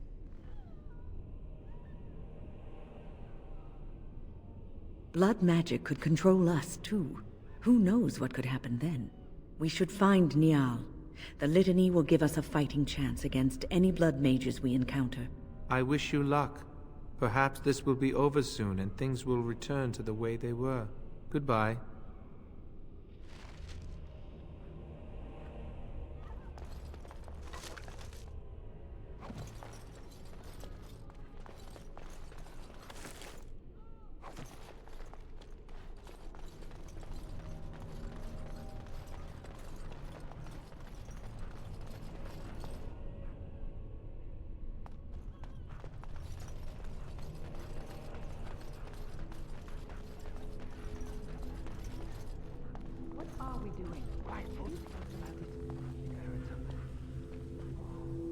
Enemies approach!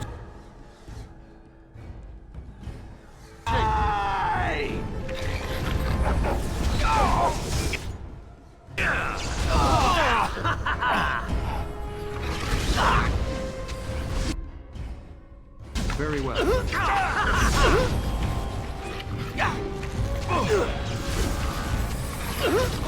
I still remember my first. A bit more dying, please. We must strike. I hope I don't get blood all over me again. I shall do it.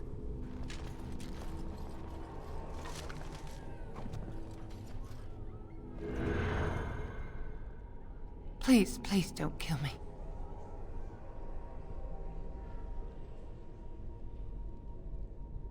I know I have no right to ask for mercy, but I didn't mean for this death and destruction. We were just trying to free ourselves. Aldred told us that the Circle would support Loghain, and Loghain would help us be free of the Chantry. You don't know what it was like. The Templars were watching. Always watching. The magic was a means to an end. It gave me the power to fight for what I believed.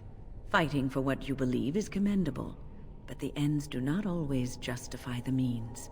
You don't really believe that, do you, Wynne? Change rarely comes peacefully.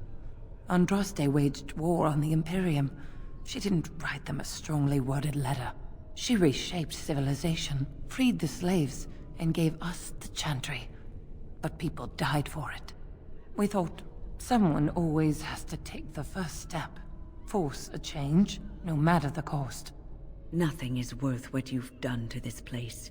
And now Uldred's gone mad, and we are scattered, doomed to die at the hands of those who seek to right our wrongs. What else can I do? I'm trapped here.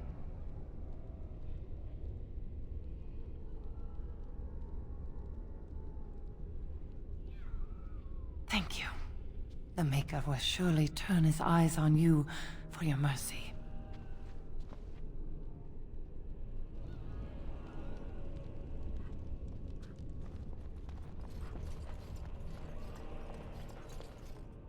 I shall do it.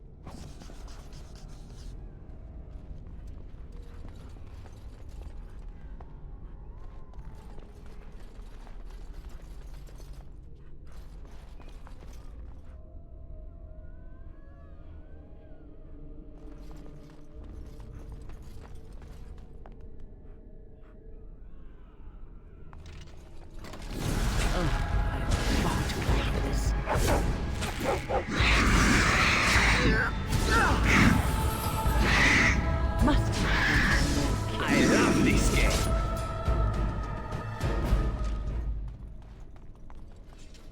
I shall do it.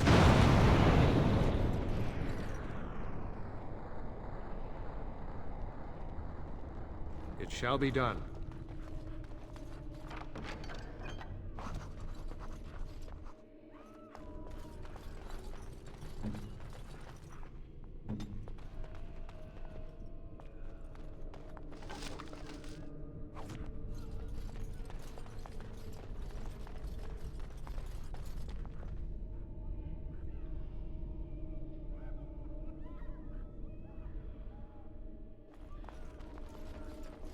Do not let them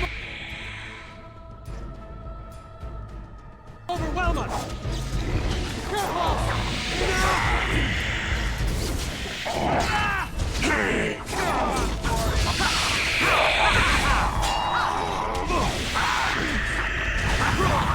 Let's make this quick!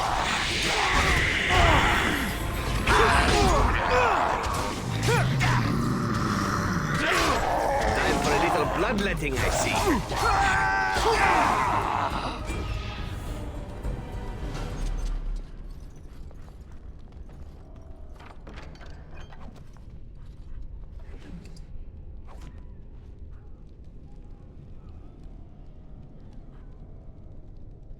It shall be done.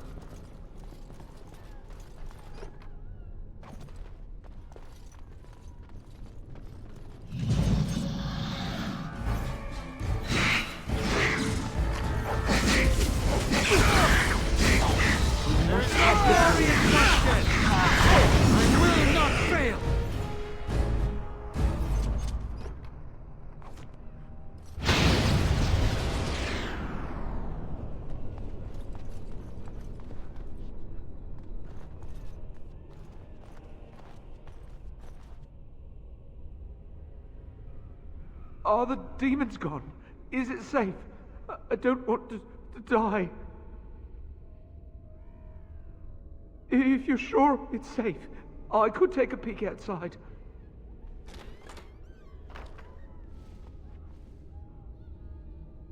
Oh. Ah, yeah. Yes. I have a crick in my back and my bum's gone numb. Oh, holy maker, look at this. Those demons didn't know what hit them, did they? Godwin, Mage of the Circle of Ferelden, at your service. There were demons everywhere, blocking my exit. I decided that the best thing to do in that situation was to hide and be very, very quiet. I just really want to be somewhere safe. I think I might stay here for now. Maybe go back into my closet for a little while. And go where? The Templars have locked the door. I'm just going to stay here and see what happens. Thank you again for saving me. May we meet again in happier, less life-threatening times.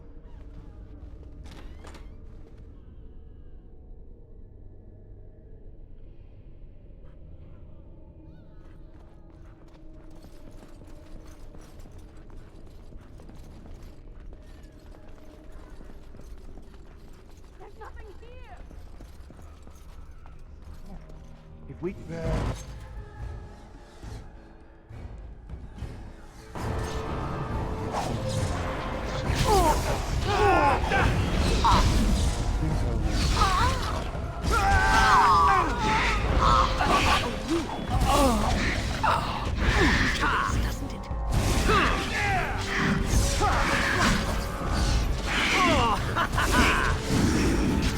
As you say.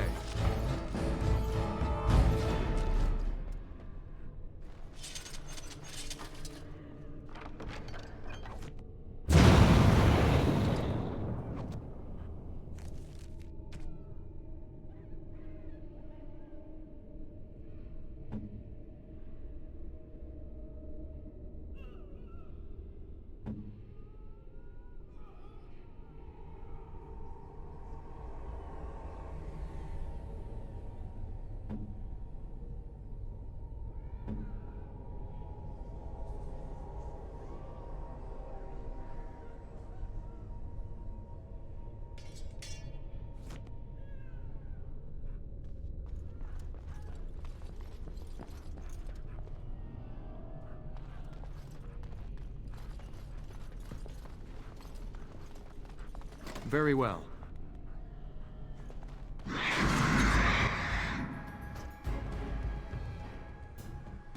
It shall be done.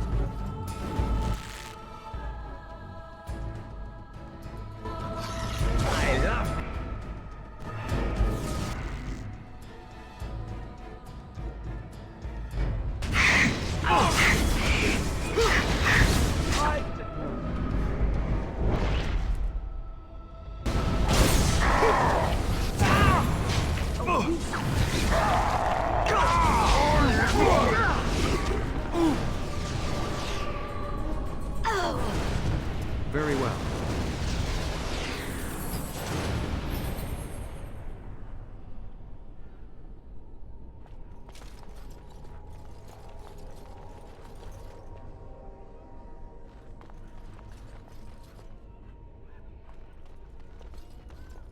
It is begun.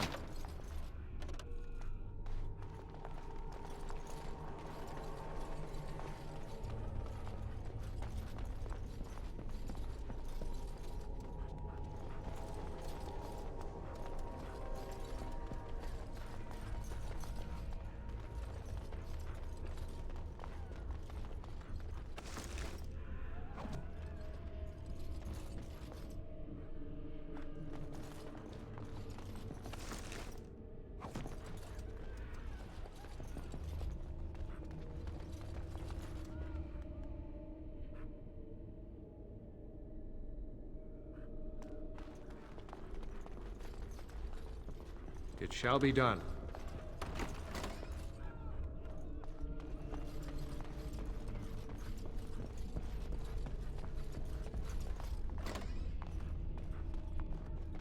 You know, I'm willing to bet there's a tome or two in here that...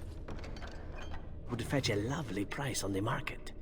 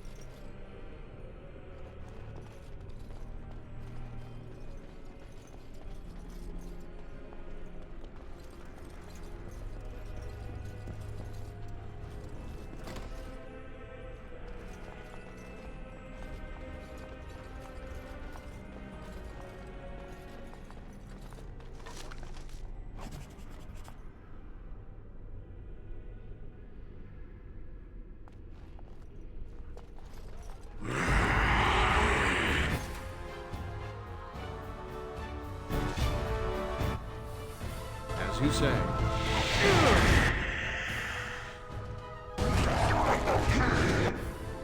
It is begun. It shall be done.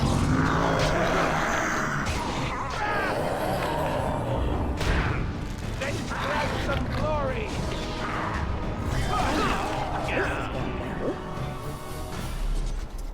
Careful! I think they've seen us! Watch out!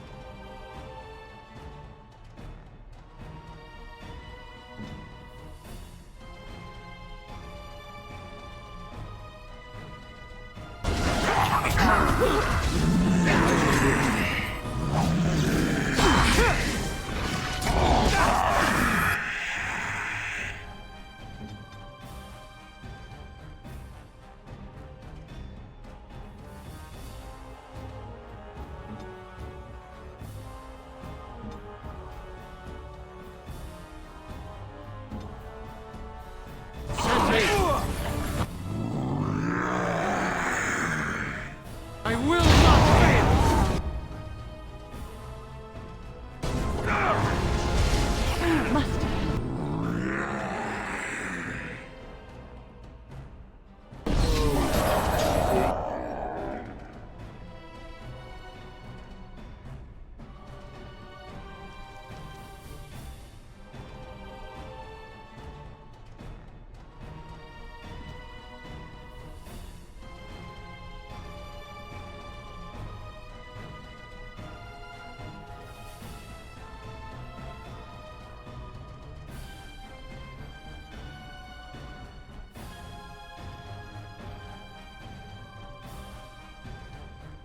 As you say, At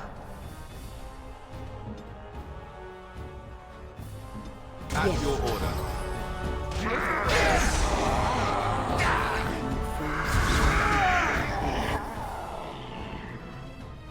As you say.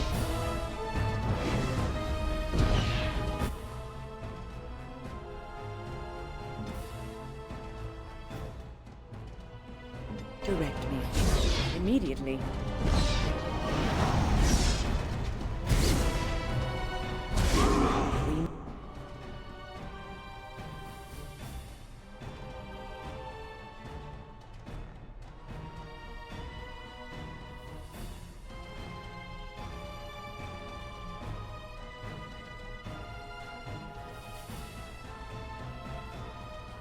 Must have victory.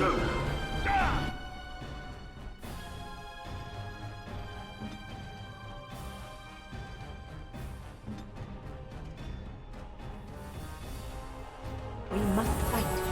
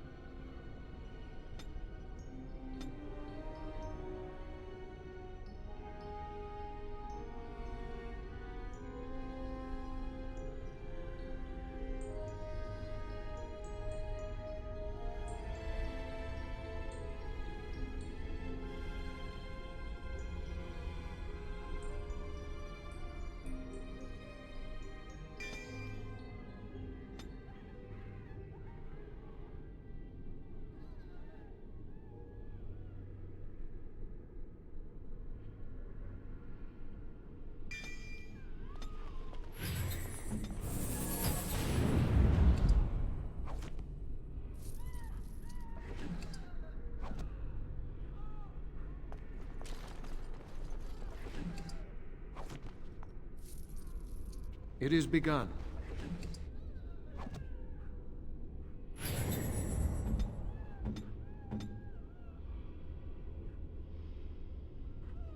On it.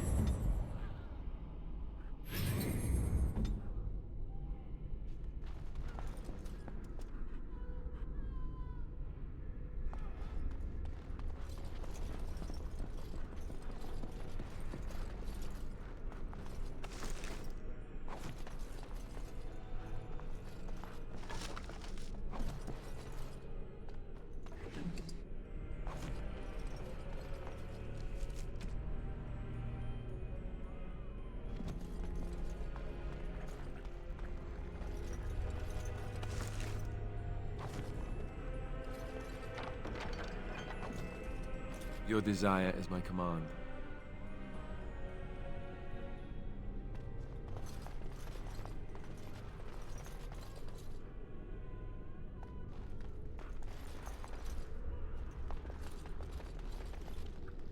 Sometimes silence is best.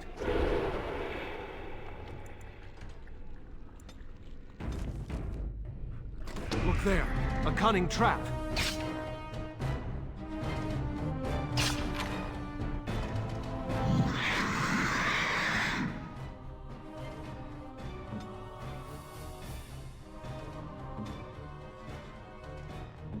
Your orders? Ooh, now the fun comes.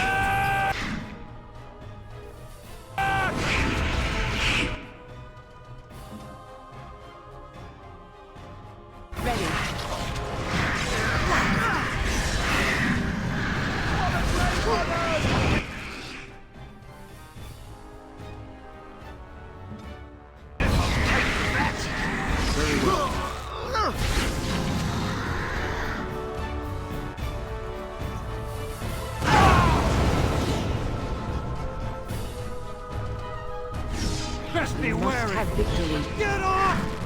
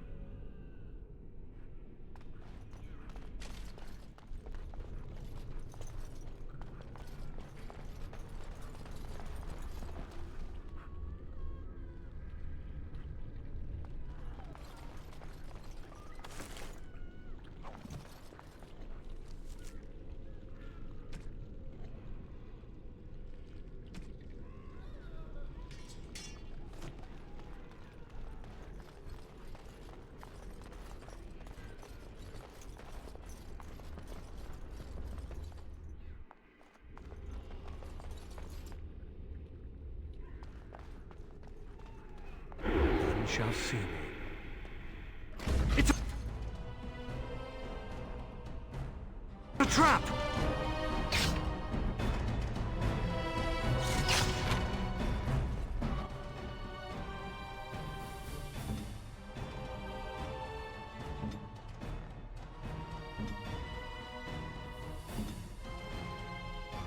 I am on. No corners shall be given! I must maintain! I handled it very well. Be wary! Ooh, nice swing. It is a fine thing we've done!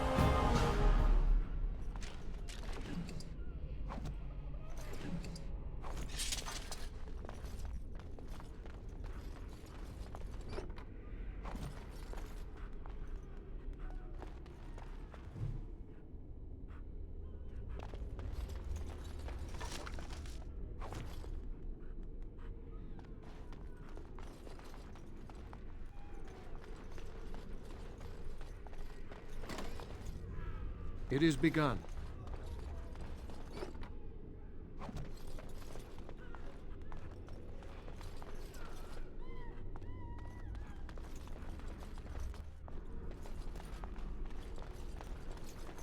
More enemies! Ahead! As you say. Enough.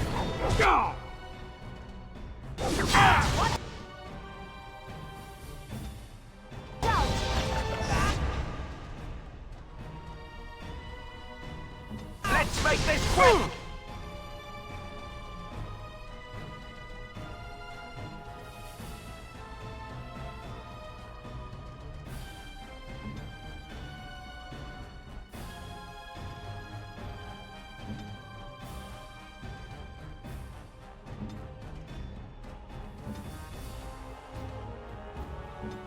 Immediately.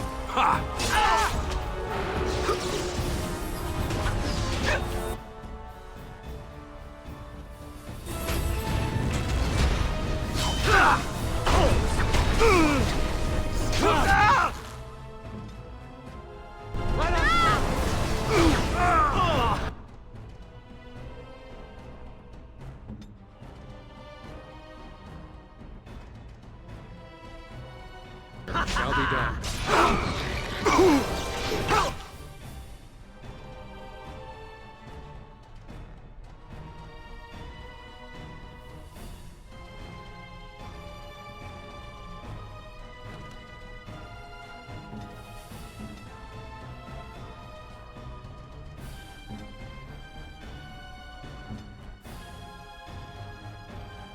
It is begun. Too slow!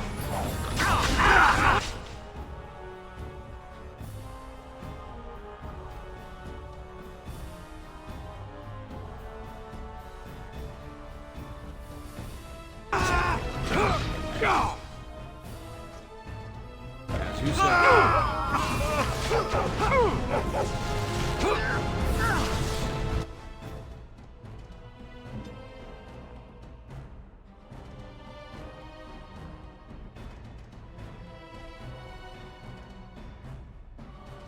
Right then. Go!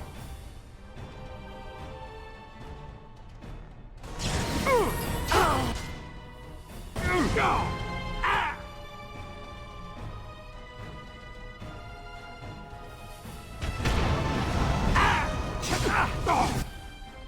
I shall do so.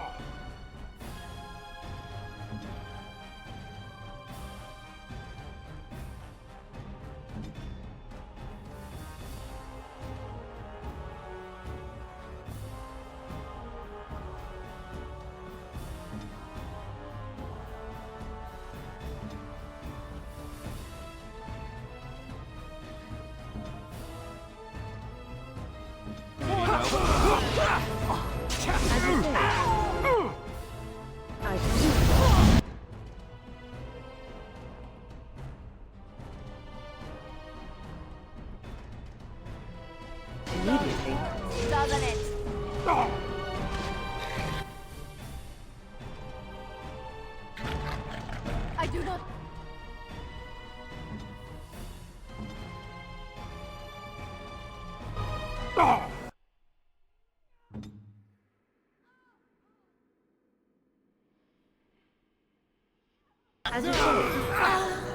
do so.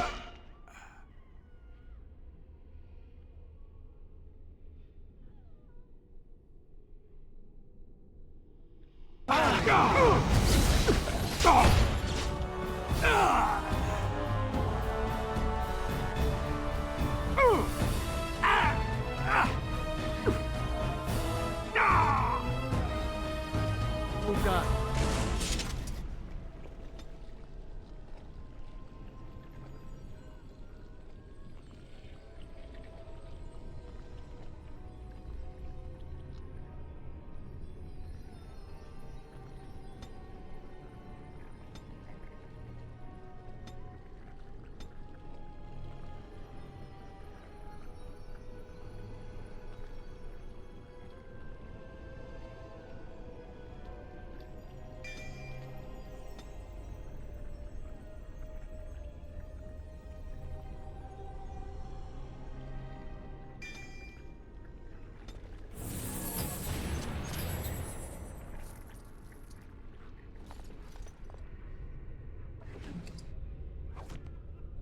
As you say.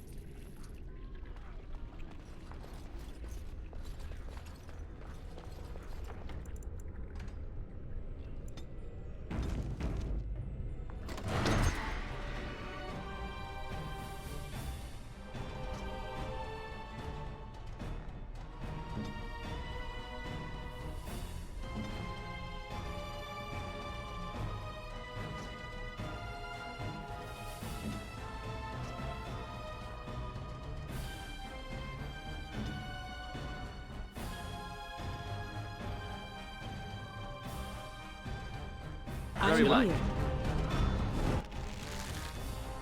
Ooh, nice.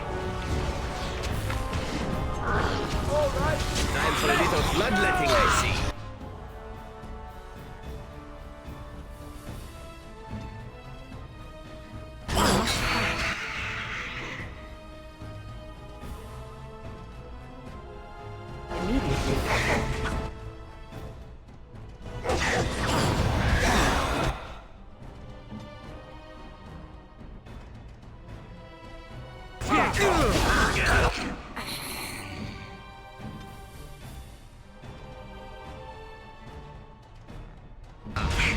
A bit more. Dying, please.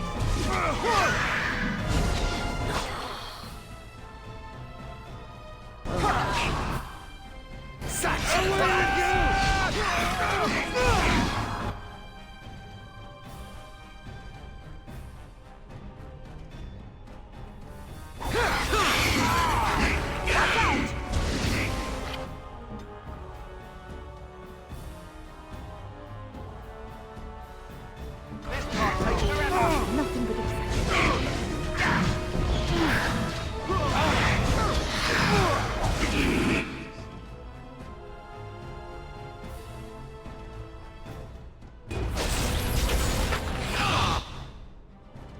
As you say. Don't give them the advantage. Immediately. I hope I don't get blood all over his head. No! Terrible!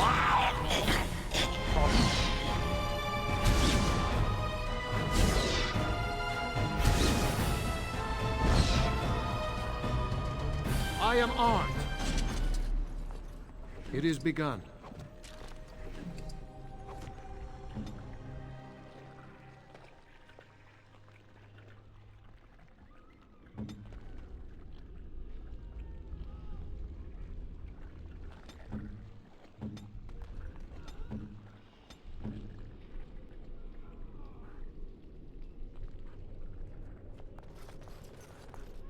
As you say.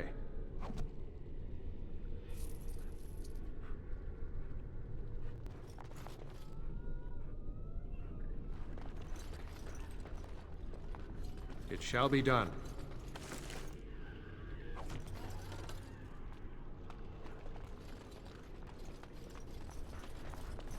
Thank you. That was an uncomfortable experience.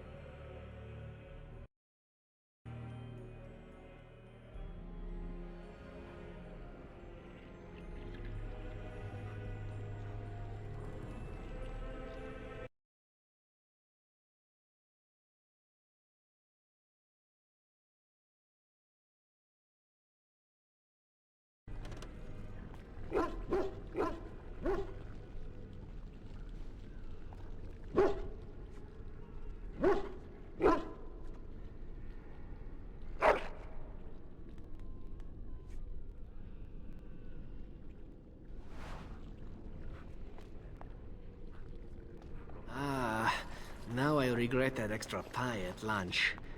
Oh well.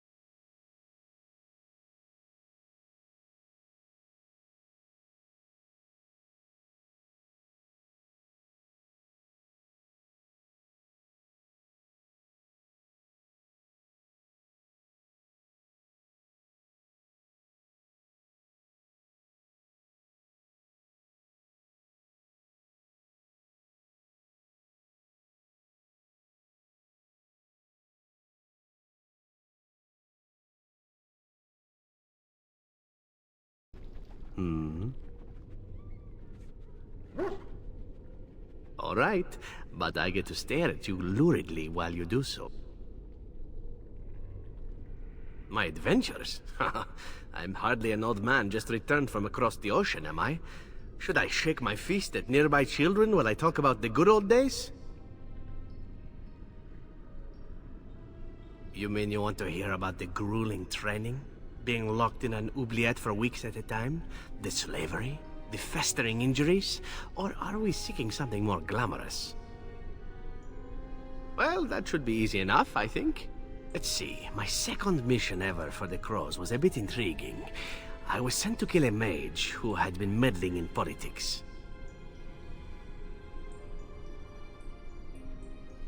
In Antiva, nobody is too important to escape the reach of the Crows. They've killed kings and queens. That is simply how it is. As it turned out, the mage in question was quite a delightful young woman. Long, divine legs, as I recall. I caught her in a carriage on her way to escape to the provinces. After I killed her guard, she got down on her hands and knees and begged for her life. Rather aptly, I might add.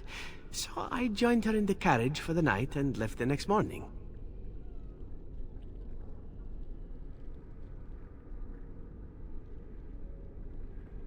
Well, yes, twice, actually. Then she decided to try and use me instead. The woman had actually convinced me to speak to the Crows on her behalf. What can I say? I was young and foolish at the time. Then, as I was kissing her goodbye to return to Antiva City, she slipped on the threshold and fell backwards out of the carriage. Broke her neck. Shame, really, but at least it happened quickly.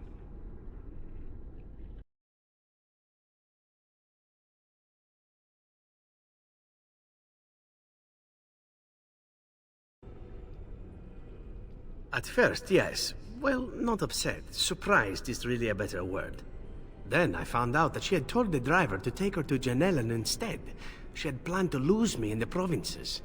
I would have looked very foolish to the crows.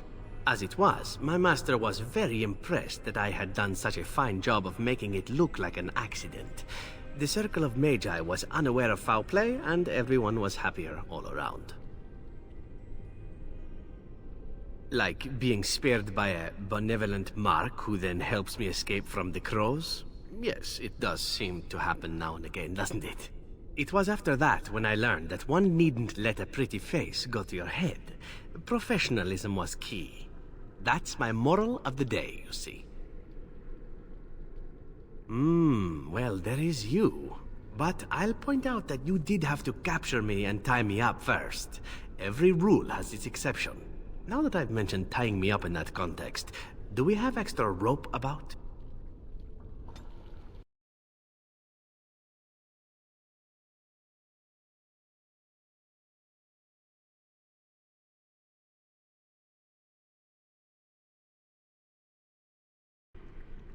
Yes?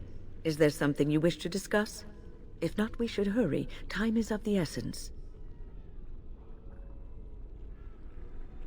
Oh, a long story.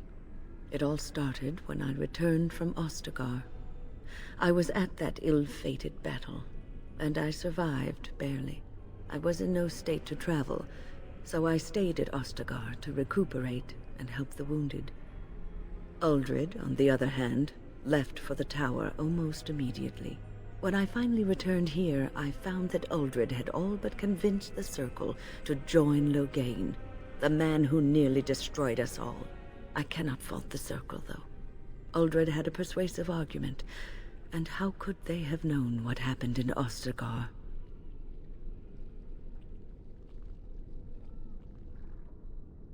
That is my suspicion. Uldred always wanted power. Perhaps Loghain promised Uldred the position of First Enchanter, once they had dealt with the Blight.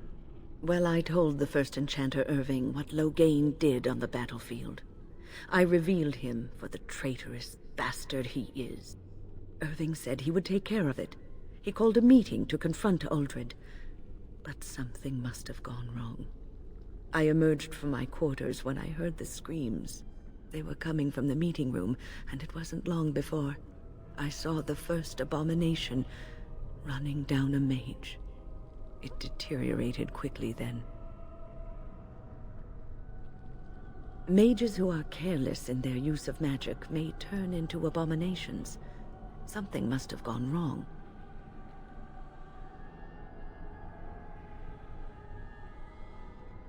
You have seen the demons, haven't you? We will doubtless see more of those. But I fear the abominations more. They are no longer human, and are driven only by their lust for destruction.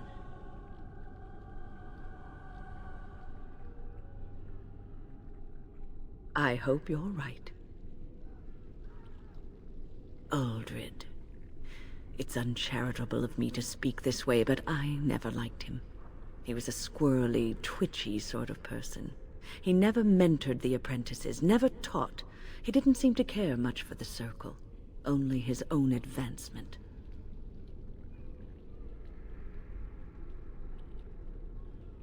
I'm sure Uldred has some redeeming qualities.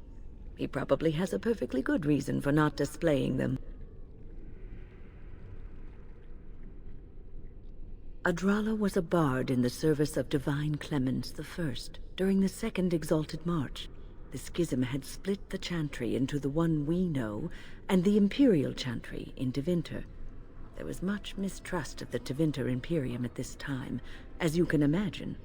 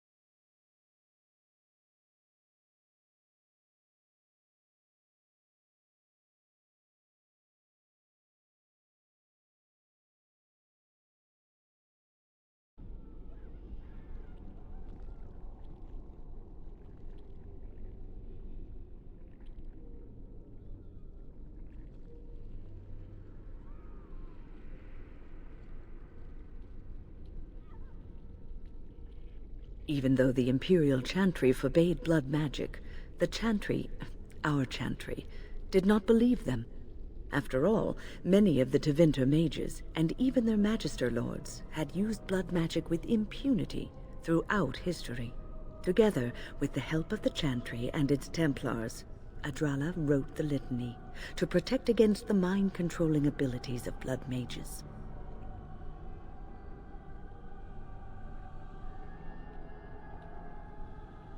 I don't see why it shouldn't. Reciting the Litany breaks any existing mind control and prevents future attempts at domination from being successful.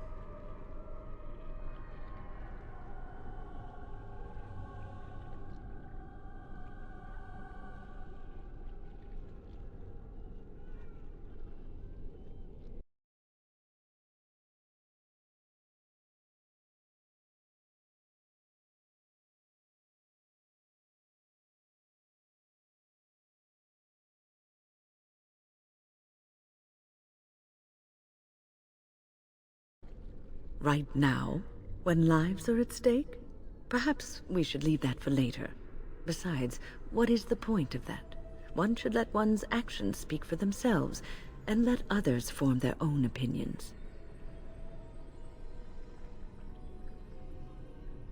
Oh, a long story. I cannot fault the Circle, though. Uldred had a persuasive argument. Well, I told the first enchanter Irving what Loghain did on the battlefield. I revealed him for the traitorous bastard he is. Irving said he would take care of it. He called a meeting to confront Uldred. But something must have gone wrong. I emerged from my quarters when I heard the screams. They were coming from the meeting room, and it wasn't long before I saw the first abomination running down a mage. It deteriorated quickly then.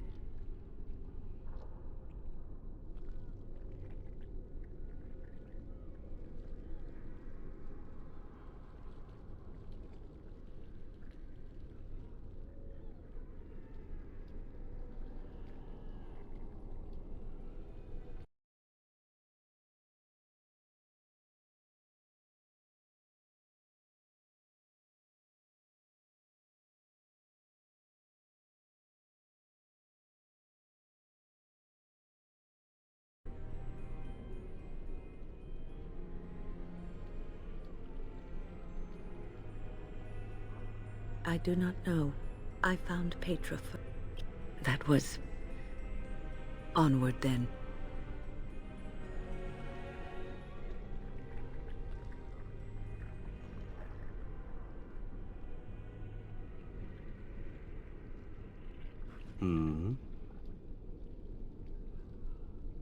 All right, but I get to stare at you luridly while you do so.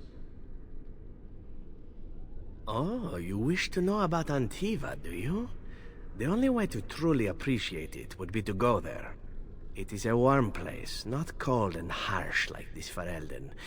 In Antiva it rains often, but the flowers are always in bloom, or so the saying goes.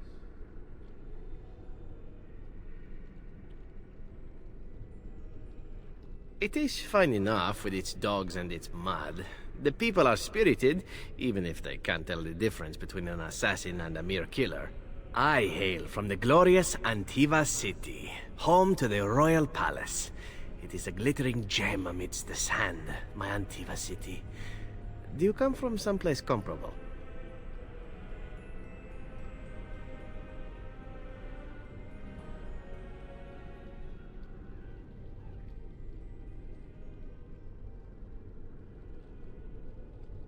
Ah, yes, of course. The wandering life of the Dalish. That truly is better. I'm jealous. You know what is most odd? We speak of my homeland, and for all its wine and its dark-haired beauties and the lilo flutes of the minstrels, I miss the leather the most.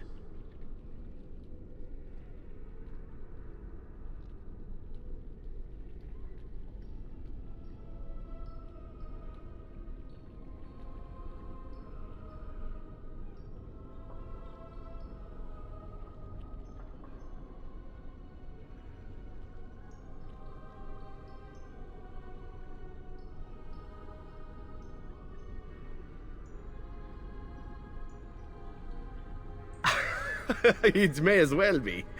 But not this once, no. I mean the smell. For years, I lived in a tiny apartment near Antiva City's leather-making district, in a building where the crows stored their youngest recruits, packed in like crates. I grew accustomed to the stench, even though the humans complained of it constantly. To this day, the smell of fresh leather is what reminds me most of home more than anything else.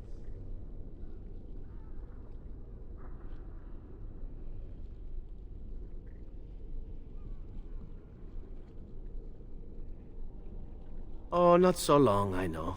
It is my first time away from Antiva, however, and the thought of never returning makes me think of it constantly. Before I left, I was tempted to spend what little coin I possessed on leather boots I spotted in a store window. Finest Antivan leather. Perfect craftsmanship. But I was a fool to leave them. I thought, Zevran, you can buy them when you return as a reward for a job well done. More the fool I, no?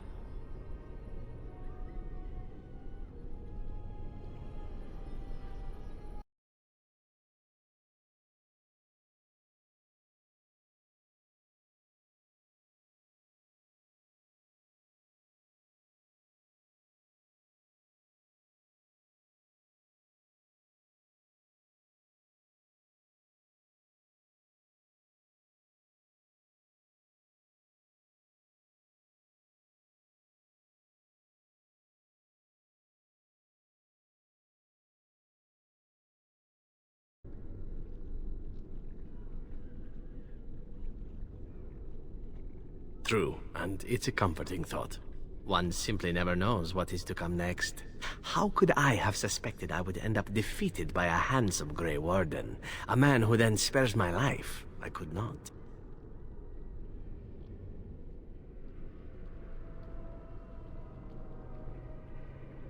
Perhaps that was a poor choice of words. True, though it is. Do you object? And glad I am to hear it. Now, if it is all the same to you, I would prefer not to speak more of Antiva. It makes me wistful and hungry for a proper meal.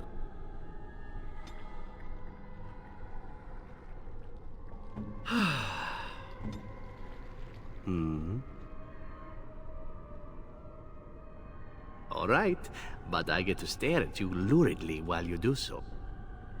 Again? Well now, what might interest you, I wonder?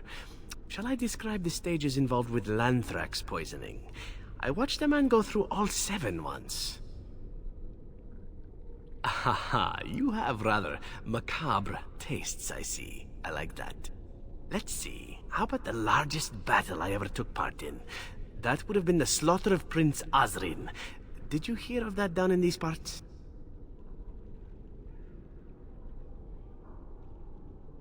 Me? Not personally, but I did take part in the attack. Prince Azrin was 4th in line to the throne, you see. He started off as 11th, but worked his way up the old-fashioned method by inheriting control of an entire Crocel from his grandfather. After assassinating his way through the royal family, the king hired 3 other cells to take down Prince Azrin once and for all. I was in one of those cells. Antivan royalty is very much bound up in the Crows. You wouldn't want it run by a bunch of commoners, after all, would you? And this means they get involved in politics quite often. This particular fight nearly bankrupted the nation, I understand. It almost ended up putting a Crow on the throne, a commoner. But that's a whole different story. I played a very small part. Antiva might seem a bit odd in that way to outsiders. We take it in stride, however. Assassins are simply part of the landscape, so to speak. My part in the entire battle was taken up trying to reach Princess Verina, who had thrown in with her brother. I killed about 11 of her guards personally before I got knocked out of a window. I landed in a river and nearly drowned. I was fished out by some urchins who robbed me blind. Made off with my boots, too. At least they didn't cut my throat. And that was my part in history. It's true. I live a charmed life. One of the prostitutes that raised me was a fortune teller. Said I wouldn't die young. She was rather startled by that. But there you go. Tale told. Let's be off before I tell more embarrassing stories, huh?